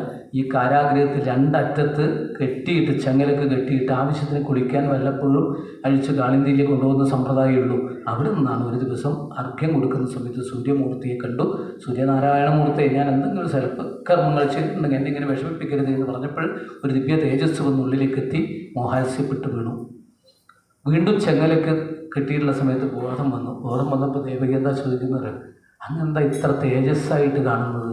എന്താ ഇതുവരെ ഞാൻ അങ്ങയെ ഇങ്ങനെ കണ്ടില്ല, ജ്വലിക്കുന്ന അങ്ങയുടെ മുഖം എന്തൊരു തേജസ്, ഈ ഉള്ളിലുള്ള തേജസ് ഉണ്ടല്ലോ അത് പുറത്ത് കാണും അല്ലേ? എങ്ങനെയാണെന്ന് പറയാൻ പറ്റില്ലല്ലോ. നമ്മളിപ്പോൾ ഒരു ചെറിയൊരു സാധനത്ത് ഉള്ളിൽ വെച്ച് ലൈറ്റ് അടിച്ചാൽ ഇങ്ങനെ ഇവിടെ തളിക്കില്ലേ, അതുപോലെയാണ് ഒരു തേജസ്. അപ്പോൾ പറഞ്ഞു ഞാനൊരു സ്വരൂപം കാണുന്നതിൻ്റെ ഉള്ളിൽ. എനിക്ക് പറഞ്ഞൊരു സൂര്യസ്പർദ്ധികിരീടം ഊർധ്വതിലക പ്രോദ്ഭാസി ഫാലാന്തരം കാരുണ്യാകുലനേത്രമാർദ്രഗസിതോല്ലാസം സുനാസാപിടം. 400 വർഷങ്ങൾക്ക് മുമ്പ് മേൽപ്പത്തൂർ ഭട്ടതിരിപ്പാട് എഴുതിയത് മാത്രമേ ഇപ്പോഴും പറയുന്നുള്ളൂ. ശരിക്കും അവതാര ശ്ലോകമാണ് ഇവിടെ പറയേണ്ടത്. അത് അവതരിക്കുമ്പോഴേ പറയാൻ പറ്റുള്ളൂ. ആ രംഗം ശങ്കിരക്ര കഥാപത്മങ്ങളോടുകൂടിയുള്ള ഭഗവാന്റെ സ്വരൂപം, മൂർത്തിന്തവാർത്തിച്ചിതം എന്നുള്ള ആ രൂപം 2 ശ്ലോകങ്ങളിൽ പറഞ്ഞതാണ്, വാക്കുകളിലൂടെ പറഞ്ഞു കൊടുത്തത്. പറഞ്ഞു കൊടുത്തു കഴിഞ്ഞപ്പോൾ കണ്ണടച്ച് പറഞ്ഞതാണേ. പെട്ടെന്ന് ദേവി കണ്ണ് തുറന്നിട്ട് പറയുകയാണ്, ആ രൂപം എനിക്ക് കാണുന്നു, ആ സന്തോഷം ഞാനിത് അനുഭവിക്കുന്നു എന്ന് പറയുമ്പോൾ വസുദേവൻ പറഞ്ഞു, ദേവി എന്നിൽ നിന്ന് ആ രൂപം പോയിട്ടോ. അപ്പോൾ വസുദേവൻ്റെ മനസ്സിലാണ് ഭഗവാൻ അവതരിച്ചത്. ആവിവേശ അംശഭാഗേന മന ആനഗതും ദുഭേ. മനസ്സിൽ ആവേശിച്ചത് പിന്നെ ദേവകിയുടെ മനസ്സിലേക്ക് എത്തിയത്. ദേവകി അങ്ങേ അറ്റത്താണ്, ആ ജയിലിൽ പോയി കണ്ടാൽ അറിയാം, 2 അറ്റത്താണ്. അവിടത്തേക്ക് എത്തി. എങ്ങനെയെന്നറിയോ? ശരീരബന്ധമില്ലാതെ കണ്ട് ദ്വൈത ദീക്ഷ എന്ന് പറയും വേദത്തിൽ പറഞ്ഞത്. ഇന്നങ്ങനെ സാധിക്കുമെന്ന് ചോദിച്ചാൽ ഇന്ന് സാധിക്കും. ഞാൻ ഇവിടുന്ന് ഇറങ്ങുന്നത് ചിലപ്പോൾ 7:15 ആയിരിക്കും. പക്ഷേ 6:35 ആകുമ്പോൾ ഇവിടുന്ന് നടന്ന ഫോട്ടോ പയ്യന്നൂരിൽ കിട്ടിയിട്ടുണ്ട്. കണ്ടില്ലേ ഇന്നത്തെ സംവിധാനം? അറിയോ? പണ്ട് കുറേ വർഷങ്ങൾക്ക് മുമ്പ് ഞാൻ സപ്താഹം നടത്തുമ്പോൾ ഒരാൾ ചോദിക്കുക, തിരുമേനി ഫോൺ തുറന്ന് നോക്കണം, ഞാനൊരു ഗുരുവായൂരപ്പൻ്റെ ഫോട്ടോ അയച്ചിട്ടുണ്ടെന്ന്. വാട്സപ്പൊന്നും ഇല്ല, ഇൻ്റർനെറ്റോ വാട്സപ്പൊന്നും നമുക്കൊന്നും അറിയില്ല.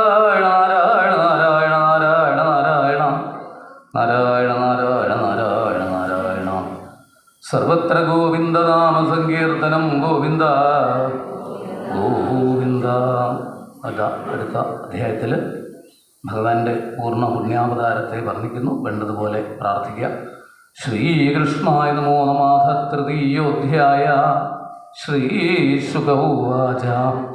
അഥ സർവഗുണോപേതകാലപരമശോഭന യരിഹേവാജനജന്മർഷം ശാന്തർഷഗ്രഹതാരകം ദിശപ്രസേതുർഗഗനം നിർമ്മലോടുഗണോദയം മഹീമംഗളഭൂയിഷ്ട പുരഗ്രാമ പ്രജാഗര. സാധൂനാമസുരദ്രുഹം ജായമാനേ ജനേ തസ്മിൻ നേതുർദുന്ദുഭയോ ദിവി ജഗുഃ കിന്നരഗന്ധർവാ തുഷ്ടു സിദ്ധചാരണാഃ വിദ്യാധര്യശ്ച നമൃദു അപ്സരോഭി സമം ദദാശ.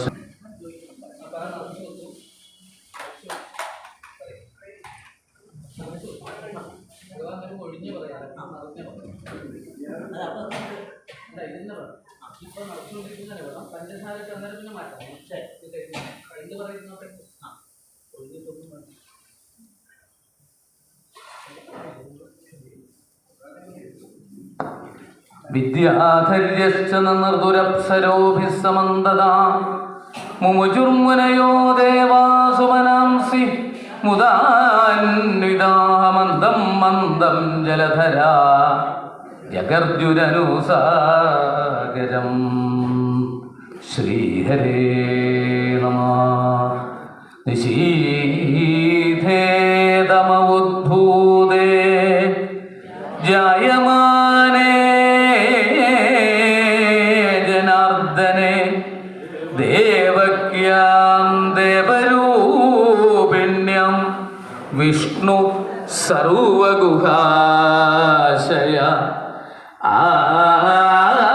ആവിരാസീൻ യഥാ പ്രാച്യം ദിശീം ദുരിവ പുഷ്കല സർവത്ര ഗോവിന്ദനാമ സങ്കീർത്തനം. ഗോവിന്ദ ഗോവിന്ദ സർവത്ര ഗോവിന്ദനാമ സങ്കീർത്തനം. ഗോവിന്ദ ഗോവിന്ദ സർവത്ര ഗോവിന്ദനാമ സങ്കീർത്തനം. ഗോവിന്ദ ഗോവിന്ദ സർവത്ര ഗോവിന്ദനാമ സങ്കീർത്തനം. ഗോവിന്ദ ഗോവിന്ദ. ശ്രീഹരേ നാരായണ കൃഷ്ണ ഹരേ ജയ കൃഷ്ണ ഹരേ ജയ കൃഷ്ണ ഹരേ ജയ കൃഷ്ണ കൃഷ്ണ ഹരേ ജയ കൃഷ്ണ ഹരേ ജയ കൃഷ്ണ ഹരേ കൃഷ്ണ ഹരേ ജയ കൃഷ്ണ ഹരേ ജയ കൃഷ്ണ ഹരേ ജയ കൃഷ്ണ ഹരേ കൃഷ്ണ ഹരേ ജയ കൃഷ്ണ ഹരേ ജയ.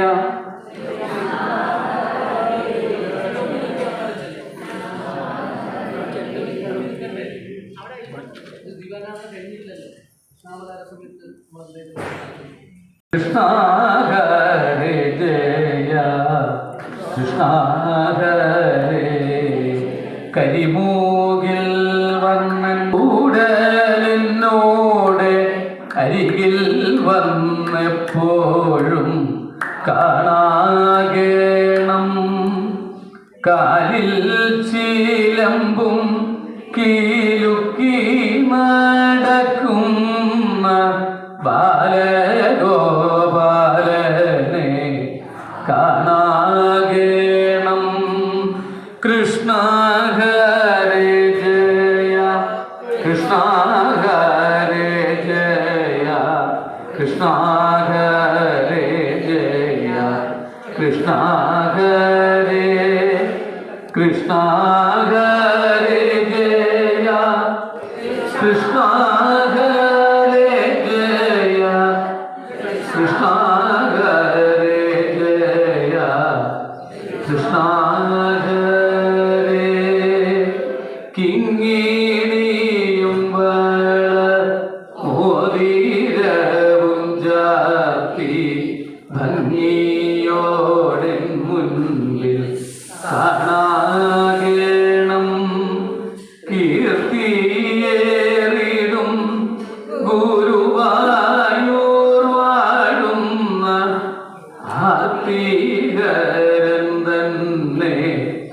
കാണാകേണം.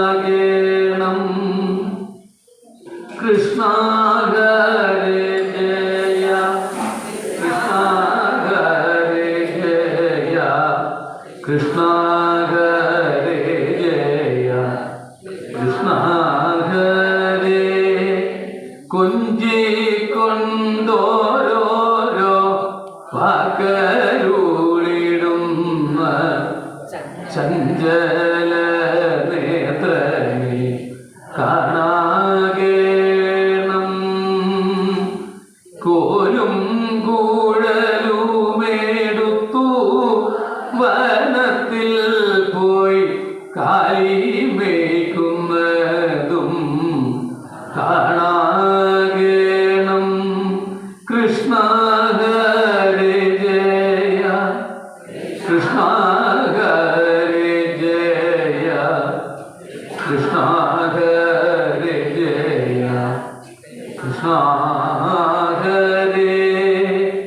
കംസ സഹോദരി തന്നിൽ പിറന്നോരു വാസുദേവൻ തന്നെ കാണാകേണം. കണ്ണന്റെ ലീലകൾ ഓരോന്നും വെവ്വേറെ എണ്ണി എണ്ണി കണ്ണിൽ കാണാകേണം. കൃഷ്ണ ഹരേ ജയ, കൃഷ്ണ ഹരേ ജയ, കൃഷ്ണ ഹരേ ജയ, കൃഷ്ണ ഹരേ. കൃഷ്ണ ഹരേ ജയ, കൃഷ്ണ ഹരേ ജയ, കൃഷ്ണ ഹരേ ജയ, കൃഷ്ണ ഹരേ. തമത്ഭുതം ബാലകമംബുജക്ഷണം ചതുർഭുജം ശംഖഗദായുധായുധം ശ്രീവത്സലക്ഷ്മംഗളശോഭികൗസ്തുഭം പീതാംബരം സാന്ദ്രഭയോദ സൗഭഗം. മഹാർഹവൈഡൂര്യകിരീടകുണ്ടലത്തുഷ പരിഷ്വക്ത സഹസ്രകുന്തളം ഉദാമഗഞ്ജങ്കദങ്കണാദിഭി വിരോജമാനം വസുദേവ ഐക്ഷത. സർവത്ര ഗോവിന്ദ നാമ സങ്കീർത്തനം. ഗോവിന്ദ ഗോവിന്ദ സവിസ്മയോത്ഫുല്ല വിലോചനോഹരിം സുതം വിലോക്യാനകദുന്ദുഭിസ്തദാ കൃഷ്ണാവതാരോത്സവ സംഭ്രമോസ്പൃശൻ മുദാ ദ്വിജേഭ്യോ ഇഹമാപ്ലുതോ. വസുദേവ ഉവാച വിഹിതോऽസി ഭവാൻ സാക്ഷാൽ പുരുഷ പ്രകൃതേപര കേവലാനുഭവാനന്ദ സ്വരൂപ സർവബുദ്ധികൾക്ക് സ ഏവ സുപ്രകൃതേദം സൃഷ്ട്വാഗ്രേ ത്രിഗുണാത്മകം തദനുത്വം പ്രവിഷ്ട പ്രവിഷ്ടൈവ ഭാവ്യത്തെ യഥേമേ വിവൃതാഭാവാ തഥാ ദേവിതൈഷ നാനാബീജാപദഭൂതാഭിരാജം ഹരേന്ദ്രിഃ സന്നിവൃത്തി സമുൽപാദ്യ ദൃശ്യന്തേവ പ്രാഗേവ വിദ്യമാനദ്വാൽമദേശാം വിസംഭവ ഏവം ഭവാൻ ബുദ്ധിരുമേ ലക്ഷണൈവ്യാഖ്യേ ഗുണൈ സന്നവിഗുണാഗ്രഹാനാമൃതത്വം ബഹിരന്തരന്നതേ സർവസ്ഥിതർവാത്മനാത്മവസ്തുന ആത്മനോ ദൃശ്യഗുണൈഷു സന്നിധി വ്യവസ്ഥ്യതേ സ്വപ്യതിരേ ഗതോമുഖ ജ്ഞാനുവാദം മജന്മനീഷിതം സംവിഗ്രതത്തിക്തമുപാസതൽകുമാൻ ത്വസ്യ ജന്മസ്ഥിതി സംയമാൻ വിഭോ വദന്ത്യനീഹാദഗുണാദി വിക്രിയാൽ ഈശ്വരേ ബ്രഹ്മണിനോ വിരുദ്ധ്യതേ തദാശ്രയദ്വാദ്വിരുദ്ധ്യതേ ഗുണൈ. സത്വന്തലോകസ്തൃതേ സമായ വിമർശി ശുക്ലം ഖലിവർണ്ണമാത്മന സർഗായ രക്തം രജസോപബൃംഹിതം കൃഷ്ണം ജവർണം തമസാ ജനാത്തേ ത്വമസ്യ ലോകസ്യ വിഭോരി രക്ഷിഷുർഗൃഹേവ തീർണോऽസി മമാഖിലേശ്വര രാജന്യ സംജ്ഞാസുരകൂടിയൂഥഭയം നിർവ്യൂഹ്യമാനാനിരിഷ്യസേ മോഹം അയം ത്വസഭ്യസ്തവ ജന്മനോ ഗൃഹേ ശ്രുത്വാകൃജം സ്ഥൈതവതേ സുധേശ്വര സദേവതാരം പുരുഷൈ സമർപ്പിതം ശ്രുത്വാദനൈകാഭിസരത്യുദായിതാം ശ്രീശുഭോവാച അധേനമാജ്ഞം വീക്ഷമഹാവൃഷലക്ഷണം ദേവഗീരൗവാധാവൽ കംസാൽഭീതാ ശ്രീസ്മിത. ശ്രീകൃഷ്ണ ഭഗവാന്റെ അവതാരം കഴിഞ്ഞ് ലോകത്തിൽ ആദ്യമായിട്ട് സ്തുതിക്കുന്നത് ആ ദേവതയുടെ ശ്രേഷ്ഠമായ സ്തുതിയാണ്. വിശേഷമായിട്ടുള്ള പ്രാർത്ഥന. ദേവത്യുവാച രൂപം എത്തൽ പ്രാഗുരവ്യക്തമാദ്യം ബ്രഹ്മൻ ജ്യോതിർ നിർഗുണം നിർവികാരം സത്താമാത്രം നിർവിശേഷം നിരീഹം സത്വം സാക്ഷാൽ വിഷ്ണുരഥ്യാത്മദീപ നഷ്ടേ ലോകേ ദുരാർത്ഥാവസാനേ മഹാഭൂതേഷു ആദിഭൂതന്തരേഷു വ്യക്തേ വ്യക്തം കാലവേഗേയാദേ ഭവാനേ ശിഷ്യതേ ശേഷസംജ്ഞ യോ വയം കാലസ്തസ്യ വ്യക്തബന്ധോ ചേഷ്ടാമാവുശ്ചേഷ്ടതേന വിശ്വം നിമേഷാദിപുത്സരാന്തോ മഹീയൻ തം ദ്വേഷാൻ ക്ഷേമതാം പ്രപദ്യേ മൃത്യുവ്യാളഭീരപ്പലായൻ ലോകാൻ സർവാൻ നിർഭയം നാദ്യഗച്ഛൽ തുൽപാദാബ്ജം പ്രാപ്യ തീർച്ചയാദ്യ സ്വസ്ഥചേതേ മൃത്യുരസ്മാദീതി സത്വം ഖേഘോരാഗ്രസേനാത്മജാലനത്രാഹിത്രസ്ഥാൻ പ്രത്യപിത്ര സഹാസി രൂപം ചേതം പൗരുഷം ധ്യാനനിഷ്ഠം മാ പ്രത്യക്ഷം മാം സദൃശാം വിശിഷ്ട ജന്മദൈവ യശോഭാവോ മാ വിദ്യാത്മസൂദനാസമുദ്വിജയ ഭവത്യേതോകം സാധകമധീരതി ഉപസംഹര വിശ്വാത്മനതോ രൂപമലൗകികം ശങ്കരകരഗദാ പദ്മശ്രിയാചുഷ്ടം ചതുർഭുജം വിശ്വം യഥേതൽസുതനോ നിശാന്തേതാവകാശം പുരുഷപരോ ഭവാൻ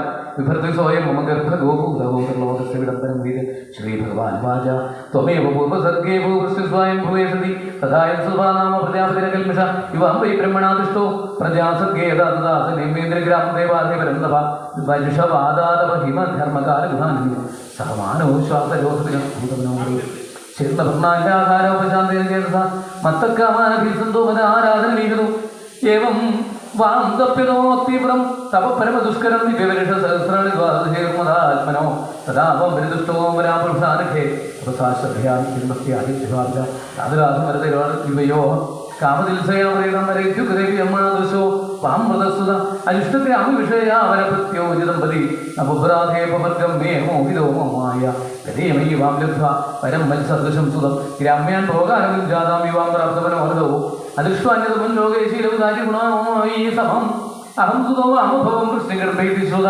തയോർവാം വരേവാമരിത്യാസരശിവാൽ ഉപേന്ദ്രേതി വിഖ്യാതോ വാമനത്വാച്ഛവാമന ഹൃദയേസ്മിൻ ഭവേഹം വൈദേനയോപക്ഷാധവാ ജാതോ ഭൂയസ്തയോരേവ സത്യം മേ വ്യാകൃതം സതി ഏതത്വാം ദർശനം രൂപം പ്രാജ്യന്മസ്മരണായ മേ നാന്യഥാഭവൻ ജ്ഞാനം മസ്തിലിംഗേന ജായതേ മാം പുത്രഭാവേന ബ്രഹ്മഭാവേന ചാസലും ചിന്തയന്തോ കൃതസ്നേഹോ യാസ്യേതേ മദ്ഗതിം പരം യതികം സൻവിദേശിത്വം തർഹി മാം ഗോകുലം മയാ മന്മായാ മാനയാ ശുത്വം യശോദ ഗർഭസംഭവാം ശ്രീശുകോവാച ഇത്യുക്ത്വാസീൽഹരിസ്തൂഷ്ണിം ഭഗവാനാത്മമായ പിത്രോസം പശ്യതോ സദ്യോ ബഭൂവ പ്രാകൃതശിശു തതശ്ച ശൗര്യർഭഗവൽ പ്രചോദിതസുതം സമാദായ സസൂതികാഗ്രിക യഥാ ബഹിർഗന്ധുമിയേഷ ദയ്യജാ യാ യോഗമായാജനന്ദജായ സർവത്ര ഗോവിന്ദനാമ സങ്കീർത്തനം ഗോവിന്ദ ഗോവിന്ദ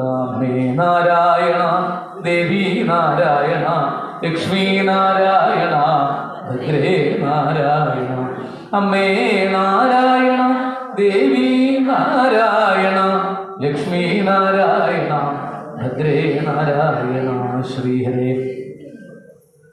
തയാ ഹൃദപ്രത്യ സർവവൃത്തിഷു ദ്വാസ്തേഷു പൗരേഷു വിശായിദേഷു ദ്വാരസ്തു സർവാവിഹിതാദ്രത്യാ ബൃഹത്സമാടായ സഖീലശൃംഖലേ താ കൃഷ്ണവാഹേ വസുദേവാഗതേ സ്വയം വിദ്യന്തമോരവേ പവരിഷവർജ്യന്യ ഉപാംശുഗർജിത ശേഷോന്വഗാദ്വാരിമാരയൻ ഫണൈ മഖോരി പരിഷത്യസകൃത്യമാൻ ജഗംഭീരതോയോ ഭുജോർമിഭീനില ഭയാനകാവർത്ത ശതാകുരാന്തി മാർഗന്ധതോ സിന്ധുരിവ ശ്രിയപ്പതേ നന്ദവ്രജം ചൗരി ഉപേത്യ തത്ര താൻ ഗോപാൻ പ്രസുപ്താനുപലഭ്യ നിദ്രയാ സുതം യശോദാശയനേ നിധായ തൽസുതാമുപാദായ പുനർഗൃഹാനകൽ ദേവത്യാശയനേനസ്യ വസുദേവോദാരിക പ്രതിമുച്യമതോ ലോകമാസ്തേ പൂർവപദാവൃതായ യശോദാനന്ദപത്നീ ജാതം പരമബുദ്ധ്യത നദല്ലിംഗം പരിശ്രാന്ത നിദ്രയാ അപഗത സ്മൃതി ശ്രീകൃഷ്ണായ നമോ നമഃ. ഹരി ഓം തത്സരിതി ശ്രീമദ്ഭാഗവതേ മഹാഭയാണികാരവംശ്യാം സംവിധായ ദശമസ്കന്ധേ പൂർവാർദ്ധേ കൃഷ്ണജന്മനി തൃതീയോധ്യായ സർവത്ര ഗോവിന്ദ നാമസങ്കീർത്തനം ഗോവിന്ദ ഗോവിന്ദ ശ്രീശുവാച ബഹിരന്തപുരദ്വാര സർവാപൂർവപദാമൃതാഃ തതോ ബാലധ്വനിം ശ്രുത്വാ ഗൃഹപാലാ സമുത്ഥിതാ. സർവത്ര ഗോവിന്ദനാമ സങ്കീർത്തനം. ഗോവിന്ദ ഗോവിന്ദ സർവത്ര ഗോവിന്ദനാമ സങ്കീർത്തനം.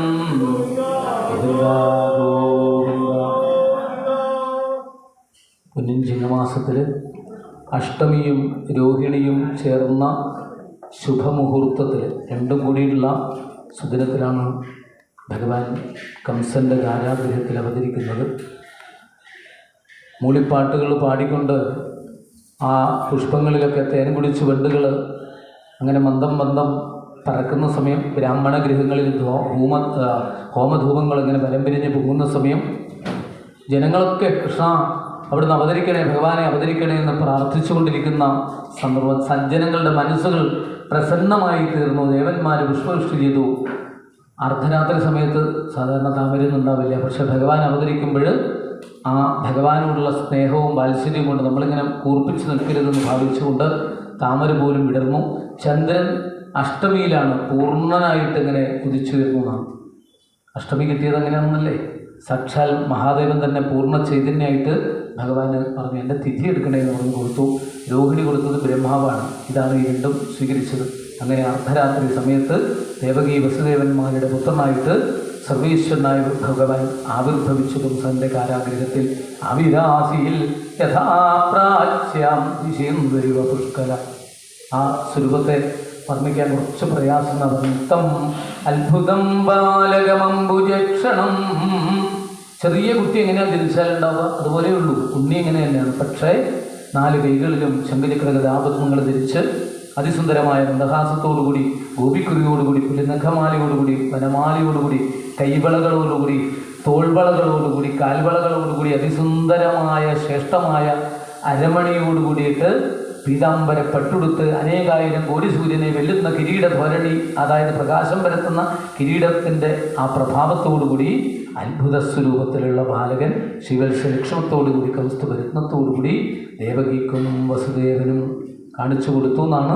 പക്ഷെ ആദ്യം കണ്ടത് വസുദേവ ഐക്ഷത. ആ സ്വരൂപത്തെ കണ്ടു. വസുദേവര് ഭഗവാനെ വേണ്ടതുപോലെ സ്തുതിച്ചു. ദേവകിയും അതിശ്രേഷ്ഠങ്ങളായ സ്തോത്രങ്ങൾ കൊണ്ട് സ്തുതിച്ചു. പക്ഷെ ഒരു പരിഭ്രമം. ഇതൊക്കെ ഇവിടെ നടക്കുന്നത് കാരാഗൃഹത്തിലാണ് അർദ്ധരാത്രി സമയത്ത്. അപ്പോഴാണ് ഭഗവാൻ പറയുന്നത്, നിങ്ങൾക്ക് ഞാൻ ഇതിനു മുമ്പും കുട്ടിയായിട്ട് മകനായിട്ടൊക്കെ ജനിച്ചിട്ടുണ്ട്, പക്ഷെ അന്നൊന്നും മോക്ഷം പറഞ്ഞില്ല. ഈ ജന്മത്തിൽ നിങ്ങൾ എന്നെ കുട്ടിയായിട്ട്, പുത്രനായിട്ട്, ബ്രഹ്മമായിട്ട് ആശ്രയിച്ചോളൂ, മോക്ഷം തരുന്നുണ്ട്. നിങ്ങൾക്കെന്താ പരിഭ്രമം? കംസനെ പേടിയുണ്ടോ? ഉണ്ടെങ്കിൽ എന്നെ അമ്പാടിയിലേക്ക് കൊണ്ടുപോകൂ. അവിടെ യശോദ ദേവി പ്രസവിച്ച പെൺകുട്ടിയുണ്ട്, എടുത്തു കൊണ്ടുവന്നു പറയുന്നു. ഇത് കേട്ടതോടുകൂടിയിട്ട് പരിഭ്രമം മാറി. പെട്ടെന്ന് ഭഗവാൻ മാനുഷ നീല ബാലവേഷത്തിലിങ്ങനെ കൈകാലിട്ടടിച്ചു കൊടുക്കുന്ന പ്രാകൃത ശിശുവായി. ആ വിഭൂതിയൊക്കെ ഇങ്ങനെ മറച്ചു വെച്ചു. അപ്പോഴാണ് അവിടെ വിരിക്കാനെടുത്ത് വെച്ച പട്ടുണ്ടല്ലോ, ഈ കൊട്ടാരത്തിൽ പട്ട് വസ്ത്രങ്ങളാണല്ലോ, ആ കെട്ടിലൊക്കെ വിരിച്ചിട്ടുണ്ടാവുമല്ലോ കരിങ്കൽ മെത്തയിൽ. ആ വിരിച്ച ഒരു പട്ട് വസ്ത്രമെടുത്ത് മടക്കിയിട്ട് വസുദേവരുടെ കയ്യിലേക്ക് കൊടുക്കുന്നു. ഈ ഉണ്ണിയെ ഇതാ വസുദേവരുടെ കയ്യിലാണ് കേട്ടോ. മറ്റതൊക്കെ വിഡിത്താണെന്ന് അർത്ഥം. ഇത് പച്ചക്കറിയുടെ കൂട്ടയിലിട്ടിട്ട് ആറ്റുനോറ്റുണ്ടായ ഒരു ഉണ്ണിയെ ഏതെങ്കിലും ഒരു അമ്മയോ അച്ഛനോ കൊണ്ടുപോകാൻ ആഗ്രഹിക്കുക. അതൊക്കെ തന്നെ എന്തൊക്കെയോ തെറ്റിദ്ധരിപ്പിച്ചു. അംഭൂരുഹസ്തകളഹംസ കിശോരരമ്യം ജാതാദ പശുപസത്മനിയോഗ നിദ്ര എന്ന് പറഞ്ഞ ഒരു താമരയുടെ മുകളിൽ മറ്റൊരു താമര വെച്ചതുപോലെ മാറോട് ചേർത്ത് പിടിച്ചുകൊണ്ട് വസുദേവൻ എഴുന്നേറ്റിൽ ചങ്ങലാബന്ധങ്ങളൊക്കെ പോയി. ഈ സമയത്താണ് പത്മനാഭ സഹോദരിയായിട്ട് അവിടെ യോഗമായ ജനിച്ചത്. ആ മായയുടെ പ്രഭാവം കൊണ്ട് കാവൽക്കാരെ മുഴുവനും ഉറക്കി യശോദാമ്മ ഗാഠനിദ്രയിൽ പ്രസവിച്ച കുട്ടി എന്താണെന്ന് പോലും അറിഞ്ഞില്ല. സകലരും നിദ്രാവിമുദ്രിതമഥാകൃതപൗരലോകം തുൽപ്രേരണാൽ ഭഗവാന്റെ പ്രേരണ കൊണ്ട് സകലരും ഗാഠനിദ്രയിൽ ലയിച്ചു കഴിയുന്ന സമയത്ത് കാവൽക്കാർ കുന്തം പിടിച്ചത് കുറേ പേരുണ്ട്. അവർ പോലും ഉറങ്ങുന്ന സമയത്ത് താനെ വാതിലുകൾ തുറക്കുന്നു. കൂരിരുട്ട് മന്ദം മന്ദം ജലധര ചെറുതായിട്ട് മഴ പെയ്യുന്നു. ഇടിമുഴക്കം കേൾക്കുന്നു. ഒന്നും പ്രശ്നമില്ല. അതിനുശേഷം കുടപിടിച്ചു കൊടുത്ത് രത്നപ്രകാശം കൊണ്ട് വഴി കാണിച്ചു കാളിന്തി വരെ എത്തിയപ്പോഴാണ് കുലം കുത്തുന്ന കാളിന്തി ഈ ഒരു മാസത്തിൽ. പക്ഷേ ആ സമയത്താണ് ഭഗവാന്റെ പ്രിയതമയാണ് കാളിന്തി, കണ്ണൻ്റെ പ്രിയസഖി കാളിന്തിയാണ്. ഈ കയ്യിലിങ്ങനെ ചേർത്ത് വെച്ചില്ലേ, അപ്പോഴൊരു കാലിങ്ങനെ തൂങ്ങിയിട്ടുണ്ടായിരുന്നു. ആ കാലിൻ്റെ അടിഭാഗം കാണാനുള്ള ഭാഗ്യം കാളിന്തിക്കുണ്ടായി. കോൾമയിൽ കൊണ്ട് മതിമറന്നു. അപ്പോഴാണ് വെള്ളമുണ്ടെന്ന് ഇദ്ദേഹത്തിന് തോന്നുന്നില്ല. കുറച്ച് വെള്ളമേ ഉള്ളൂ. ഇറങ്ങിക്കിടക്കുന്നു, ഗോകുലത്തിലെത്തുന്നു. അവിടെ ആ മുഹൂർത്തം നോക്കാനായിട്ട് മുട്ടിന് കൈ കൊടുത്ത് പുറത്തേക്ക് നോക്കാൻ നക്ഷത്രം യശോദ പ്രസവിക്കുന്ന കുട്ടിയുടെ. പക്ഷെ അവരവിടെ വൈകിട്ടുണ്ട്. അല്ല, അങ്ങനെ കിടക്കുന്ന സമയത്താണ് പരിഭ്രമിക്കാനില്ല, ഭഗവാനാണ് ഒപ്പമുള്ളത്. പിന്നെ എന്തിനാ ലോകത്തിൽ പരിഭ്രമിക്കുന്നത്? കൽവിളക്കിൻ്റെ പ്രകാശം കണ്ട് നോക്കുമ്പോഴാണ് അവിടെയാണ് പുതച്ച് കിടക്കുകയാണ് യശോദാമ്മയ്ക്ക്. പക്ഷെ ഒരു കുട്ടിയുടെ പുഞ്ചിരിച്ചു കൊണ്ടിരിക്കുന്നു. ആ ഉണ്ണിയെ കണ്ടു സന്തോഷത്തോടുകൂടി അതിനടുത്ത് തന്നെ ഈ ഉണ്ണിയെ അങ്ങനെ കിടത്തിയിട്ട് ആ പെൺകുട്ടിയെ എടുത്തു കൊണ്ടുവരുന്നു. തിരിച്ച് കാരാഗ്രഹത്തിലെത്തി ദേവകിയുടെ സമീപത്ത് കിടത്തി. അപ്പോഴേക്കും വാതിലുകളൊക്കെ അടഞ്ഞു. എല്ലാം അതുപോലെയുണ്ട്, ഒന്നും ഉണർന്നില്ല. യോഗമായി ഒന്ന് നിലവിളിച്ചതോടുകൂടി കാവൽക്കാർ ഉണർന്നു. കംസനെ വിവരമറിയിക്കുന്നു. കംസൻ ഓടി വരുന്നു. അപ്പോഴത്തന്നെ കാല് രണ്ടും കൂട്ടിപ്പിടിച്ച് കൊല്ലാനായിട്ട് ഉയർത്തുമ്പോൾ ആകാശമാർഗത്തിൽ നിന്ന് 8 കൈകളോടുകൂടി ദർശനം കൊടുക്കുന്ന ആദി പരാശക്തിയായ ജഗദംബികയെ കാണിച്ചു തരും. കംസൻ്റെ ജയിലറയുടെ മുമ്പിൽ ഇപ്പോഴും 8 കൈകളോടുകൂടിയ ദേവിയാണ് ദർശനം കിട്ടുക നമുക്ക്. ആദി പരാശക്തി സായുധ അഷ്ടമഹാഭുജ. ഇത് നമുക്ക് നാളെ വെള്ളിയാഴ്ച രാവിലെ കാണിച്ചു തരുന്ന രംഗം. വെള്ളിയാഴ്ച തന്നെയാണെന്ന് തോന്നുന്നില്ലേ നാളെ? അപ്പോൾ നാളെ അവർ കാണിച്ചു തരും. അത് കഴിഞ്ഞിട്ട് ഭഗവാന്റെ എണ്ണിയാൽ തീരാത്ത ബാലലീലകൾ, അത് കേട്ടാൽ ദുഃഖം തീരുമെന്ന് പറഞ്ഞിട്ടുണ്ടല്ലോ. ആ ബാലലീലകൾ അനുസ്മരിച്ച് കാളിക മർദ്ദനം, ഗോവർദ്ധന ഉദ്ധാരണം, ഗോവിന്ദാഭിഷേകം, രാസലീല, ഗോപികാഗീതത്തോടു കൂടിയിട്ടുള്ള രാസലീല, കംസവധം, മുജുകുന്ദസ്തുതി കഴിഞ്ഞ് 5:30 മണിയോടുകൂടി രുക്മിണി സ്വയംവരം എന്ന വിശേഷപ്പെട്ട കഥാഭാഗത്തിലേക്ക് നമുക്ക് എത്തിച്ചേരാം. എങ്ങനെയായാലും ഭംഗിയാക്കി നമുക്ക് നാളെ അത് വേണ്ടതുപോലെ സമർപ്പിക്കാൻ സാധിക്കുക. അതിനനുസരിച്ച് ഭഗവാൻ നമ്മളെ അനുഗ്രഹിക്കട്ടെ എന്ന് പ്രാർത്ഥിച്ചുകൊണ്ട് ഈ ശ്രീകൃഷ്ണാവതാര ചരിത്രത്തോടു കൂടിയിട്ടുള്ള 4ാം ദിനത്തിലെ കഥാഭാഗങ്ങൾ സമർപ്പിക്കുന്നു. സർവത്ര ഗോവിന്ദനാമ സങ്കീർത്തനം. സ്വസ്തി പ്രജാഭ്യ പരിപാലയന്താം ന്യായേണ മാർഗേണ മഹിം മഹീഷാ ഗോ ബ്രാഹ്മണേഭ്യഃ ശുഭമസ്തു നിത്യം. ലോകാ സമസ്താ സുഖിനോ ഭവന്തു. ചരണനത ജനഭരണ ചെറ്റു പിഴച്ചുര ചെയ്തു പോയെങ്കിലും തവ മനസ്സിൽ സകലമതു കൃപയോട് പൊറുത്തുമാം ഭക്തനാകാനുഗ്രഹിക്കണമേ. യോഗീന്ദ്രാണം ത്വതംഗേഷ്വധിക സുമധുരം മുക്തിഭാജാം നിവാസോ ഭക്താനാം കാമവർഷദ്യുതരുവിസലയം നാഥ തേ പാദമൂലം. നിത്യം ചിത്തസ്ഥിതം മേ പവനപുരപദേ കൃഷ്ണ കാരുണ്യസിന്ധോ. കൃഷ്ണ കാരുണ്യസിന്ധോ കൃത്വാ നിശേഷതാപൻ പ്രതിശതു പരലക്ഷ്മീ. കായേന വാചാ മനസേന്ദ്രിയൈർവാ ബുദ്ധ്യാത്മനാ വാ പ്രകൃതേ സ്വഭാവാൽ കരോമി യദ്യൽ സകലം പരസ്മൈ നാരായണായേതി സമർപ്പയാമി. ഹരി ഓം ദത്സൽ. അവർക്ക് നാമം ജപിച്ച് സമർപ്പിക്കാം. ഹരേ രാമ ഹരേ രാമ രാമ രാമ ഹരേ ഹരേ. ഹരേ കൃഷ്ണ കൃഷ്ണ കൃഷ്ണ ഹരേ ഹരേ. ഹരേ രാമ ഹരേ രാമ രാമ രാമ ഹരേ ഹരേ. ഹരേ കൃഷ്ണ ഹരേ രാമ രാമ രാമ ഹരേ ഹരേ. ഹരേ കൃഷ്ണ